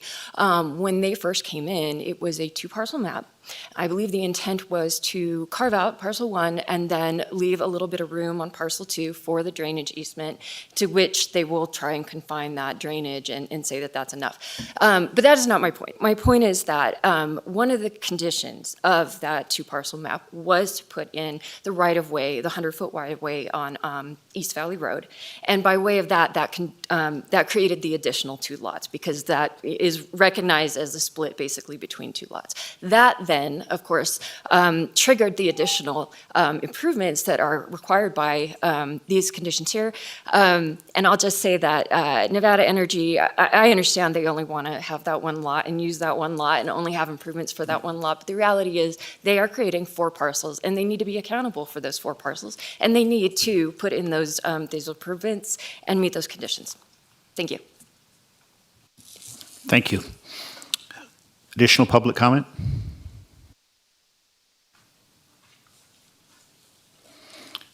Seeing no additional public comment, I'll close public comment on this agenda item.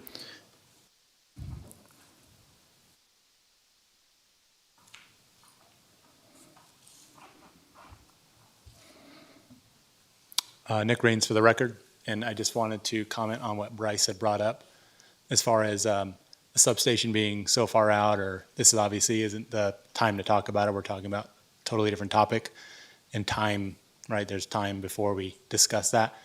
So you know, the guys that are going to be building the substation, that thing kicks off on 3rd quarter of this year. They break ground. So let that sink in. If we started 2nd quarter of April 1st, the guys doing the work start this project in the 3rd quarter of this year. That tells you it's coming. It's here. And I know that because I work with the guys. And if they tell me it's coming on the 3rd quarter, it's coming on the 3rd quarter. So you might say we have time to talk about it and discuss it, but it's here. And they're intending to do the work in the 3rd quarter. So that's it. Thank you. Additional public comment? Yes, ma'am.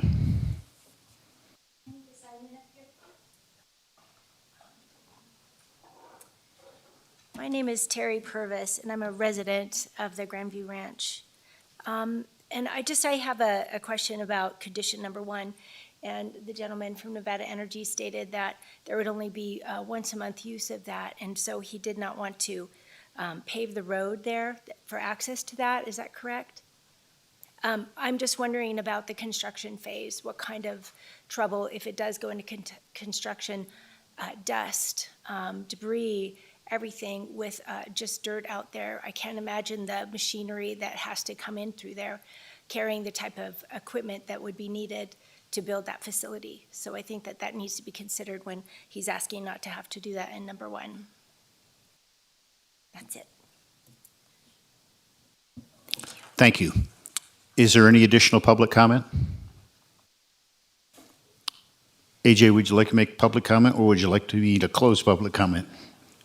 I just wanted to comment on some of the public comment so far and just. Let me offer the opportunity for members of the public to make additional public comment, and then I can close it.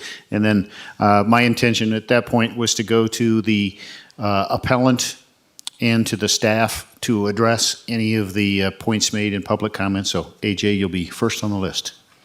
Thank you. If there's no further public comment, I'll close public comment. We'll come back to the Planning Commission for further questions, deliberations, and I'll start with AJ to make comments that he heard that he'd like to rejoin to. I thank you, Mr. Chair. AJ Hames from the District Attorney's Office. I just wanted to clarify some of the noticing requirements of our code because there was a lot of discussion about notice. Obviously, the public have an interest in knowing when things happen, and so staff to that end have endeavored to provide notice even when not required by our code, just recognizing that people want to know what's going on nearby. So our code requires notice for public hearings first and foremost. Anything that's an administrative task generally does not require public notice. A parcel map is an administrative function. It is something that's conducted by the director or somebody that he designates to act on his behalf. And so to that end, our code doesn't require notice of a parcel map decision. However, for certain administrative tasks, our code does make an exception. One example is design reviews. Design reviews do require notice. It's a little bit different than the notice that would be required for, say, a subdivision. When it's a smaller radius, I think it just includes abutting parcels. And so staff, recognizing that people have an interest, have tried to notice even when not required. And so this is an example of that, where the decision on the parcel map was not something that code requires notice for, but staff did endeavor to provide notice. It sounds like some people might not have received it, which is unfortunate. But what they did is they used the 1,320 foot radius that you would use for, say, a subdivision map, if the subdivision map was at a public hearing. Because this is such a large parcel, that's the radius that you would use. So what staff did is they took that and created a radius for the parcel map application. That's something that they did also considering the fact that they changed their processes. So back when there was an administrative hearing panel, those were public hearings, and so those did require notice. When the administrative hearing panel went away, the code no longer required notice for those meetings, but staff continued to provide notice, and I think they will continue to do so going forward for parcel maps. But I just wanted to make that clarification. It's not a code requirement anymore, because it is an administrative function and it's not carried out during a public hearing. Thank you, AJ. Kate or Jeremy, anything you wanted to add at this point? I did want to offer Mr. Sullivan a chance to address any concerns that he's heard from the Planning Commission or from the public at this point, if he would like to make other comments. Thank you, Mr. Chairman. Mark Sullivan with NV Energy. And I don't have a whole bunch of comments. I mean, the comments about construction's going to start, we're not going to be able to start construction until we go through a process, a public hearing process, the design review, everything you've heard from their staff. So I appreciate that. With this schedule, just to give you an example, and I think the representative from the property owner could tell you, we've got 3 or 4 extensions from them continuing to work on this project. So yeah, we probably, if we had the schedule we wanted to have, this thing would have been built 2 or 3 years ago. So this continually gets pushed. It happens to projects. It's just the way it works. So to suggest that it's definitely going to be built and we're starting in the third quarter, that would be great. I wish that he could give me a guarantee of that, and I could take that back to the power company and tell them we're going. But that's not the way that it works. And so the same with the construction, if the construction ends up happening, all of those things we put on the contractor typically that's going to do the construction for all the environmental controls, dust control, site control, safety issues, drainage, all that type of stuff. So all those environmental things, we make sure that, and that's worked out with the staff also. We don't just go make up whatever we want to. I mean, you guys have rules in place. The state has rules in place, and so we follow all of those rules. So if the construction does move forward, it'll be a safe project and we'll minimize the impacts as best as possible. And they are temporary impacts. After the construction, obviously, it goes away.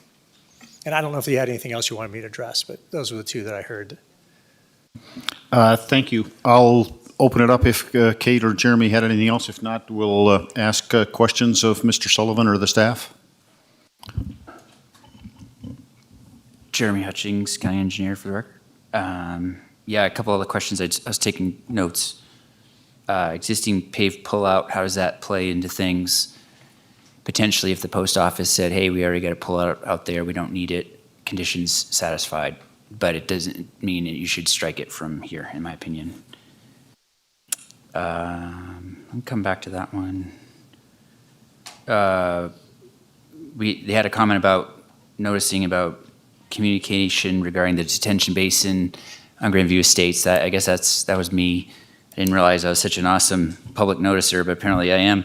We did try to work with them on a detention pond, but the board gave us the Caesar's thumb down on that one, so I guess we won't be communicating anymore on that one. Continued dialogue on notice. Oh, the drainage easement. I was hoping maybe our esteemed DA representative over here, AJ, can talk about how the drainage easement plays into the parcel map, even though it covers the whole parcel for what Vanchi was hoping to buy. Or I could take a shot at AJ, but I think. Mr. Chair, if I may. AJ Hames from District Attorney's Office. There's one of the parcels to be created, the NV Energy parcel, will be burdened by the drainage easement that's been discussed, as would at least portions of other parcels. I don't know all the specifics of which parcels. And that drainage easement is a non-exclusive easement, meaning the residents of Grandview are the grantors of the easement. So they benefit from the easement, and they can enforce their rights under the easement. And the easement provides that they can use that site for drainage. So that is something that they have the right to do. It's a non-exclusive easement, which means other people can also use that property. It just can't infringe upon the right of the Grandview residents. And so that's why at this point, the county's not authorizing any particular use. We're not saying anything is going to go in. It's just that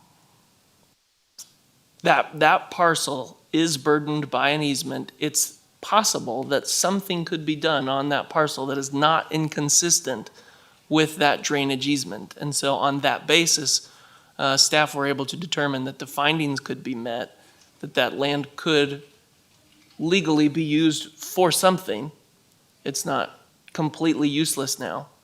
Whether it can be used for a substation is still up for debate, and ultimately the decision as to whether that would infringe upon the drainage easement hasn't been made by anyone in the county. I don't know what that decision would be, but the only thing that was a consideration at this time was, are we creating a parcel that is useless? And the answer to that question from a legal perspective is no. In theory, there is use that could be conducted on that parcel, notwithstanding the drainage easement. Yes, it would have to not violate the drainage easement, but it's legally possible for that to happen. Thank you, AJ. Let's come back to members of the Planning Commission for further questions or comments on where they would like to head on this one. Mark? Well, I think it's important to remember that we're not talking about one little parcel. We're talking about 600 acres in total. And I think that what staff is requiring is what we require of every single parcel map, and I'm inclined to support staff. Very well said, Mark. Other comments? Lori? Yeah, in light that the Stockyard Road is shown on our transportation plan, I see no other option except to go with the conditions as written. Otherwise, there's no way you could approve the parcel map because it would be inconsistent with the master plan. So I think there's no choice here to be made, that the conditions that staff has presented are the conditions that should stand. Thank you, Lori. Maureen or Bryce?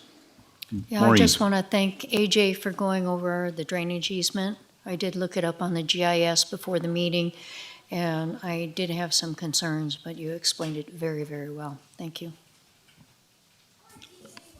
Bryce, did you have other comments do you want to make, Dave? No? Bryce? Okay. I only will reference one thing.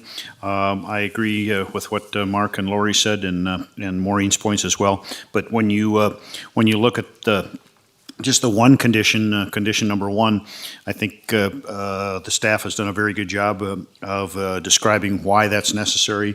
And I would just read the last paragraph. It says, the appeal references the intent to use parcel one as a substation, but this intent is not guaranteed. And even if it were, the future development has no bearing on the application to divide the land that is currently at hand. Staff recommends that this condition may remain as written. So I think the staff has done a very good job on this. They've worked very hard.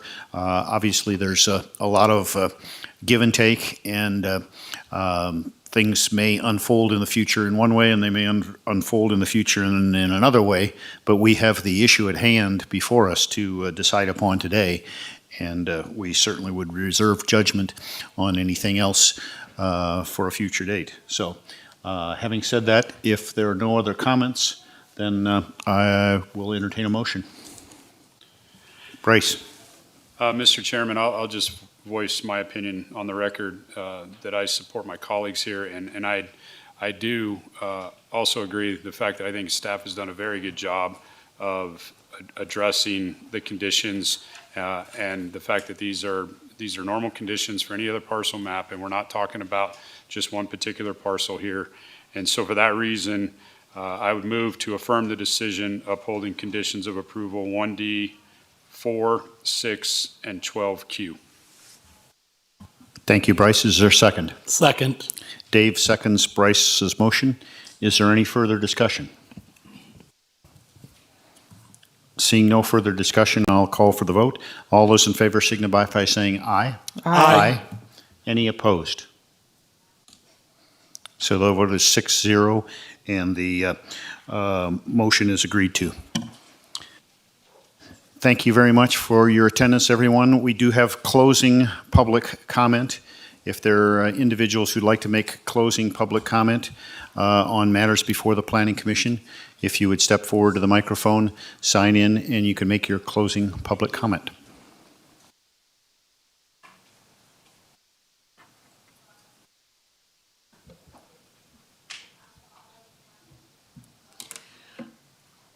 Hi, my name is Linda Oakman, and I'm with the Grandview Estates. I want to thank you for your consideration, listening to the things that we had to say, because I know that it was not what you were here to consider.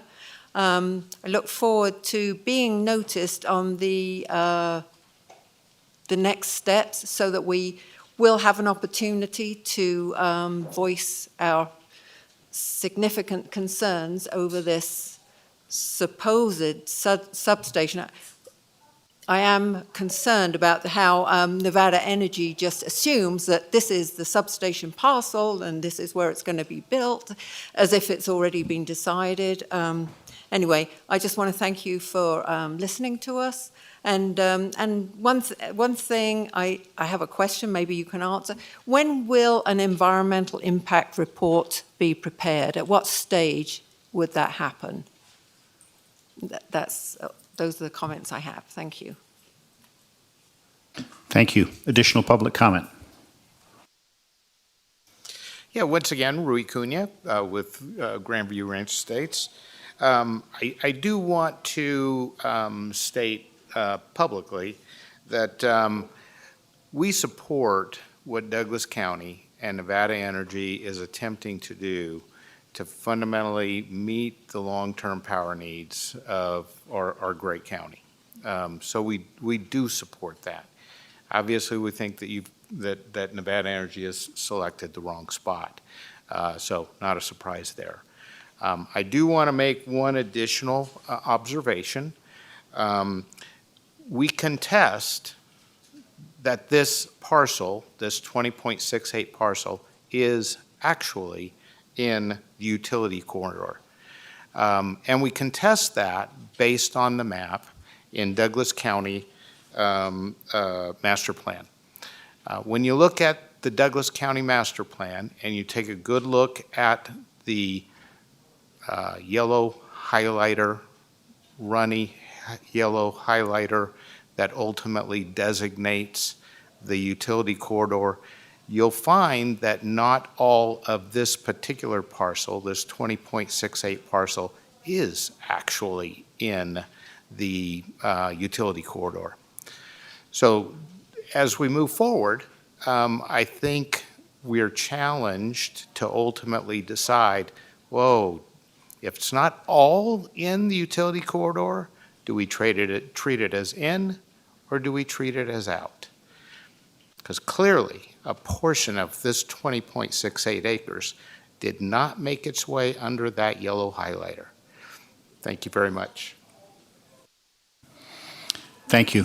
Additional public comment? Hello again. There was one part of clarification that, if possible, I could get on the easement.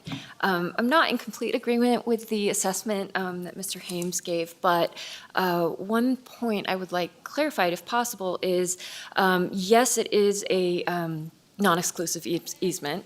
However, I have not heard who has rights to develop in there. I would think it would be obviously the people who are afforded the rights for the drainage purposes, and that does actually include the county as well. They are also noted. They are also in there, but I am wondering who else could do that, because obviously non-exclusive does not mean everybody. So there has to be a limitation on who can construct in that area. So that was the one thing I wanted to say. And then I'll just put on the record that putting this substation here would be very poor planning. I hope it does not get approved, because that would be spot zoning. And industrial next to residential is basically at the very basic level of planning. You do not put industrial next to residential. It is like what planning is couched in, so I hope that will be considered. Thank you. Thank you. Additional public comment?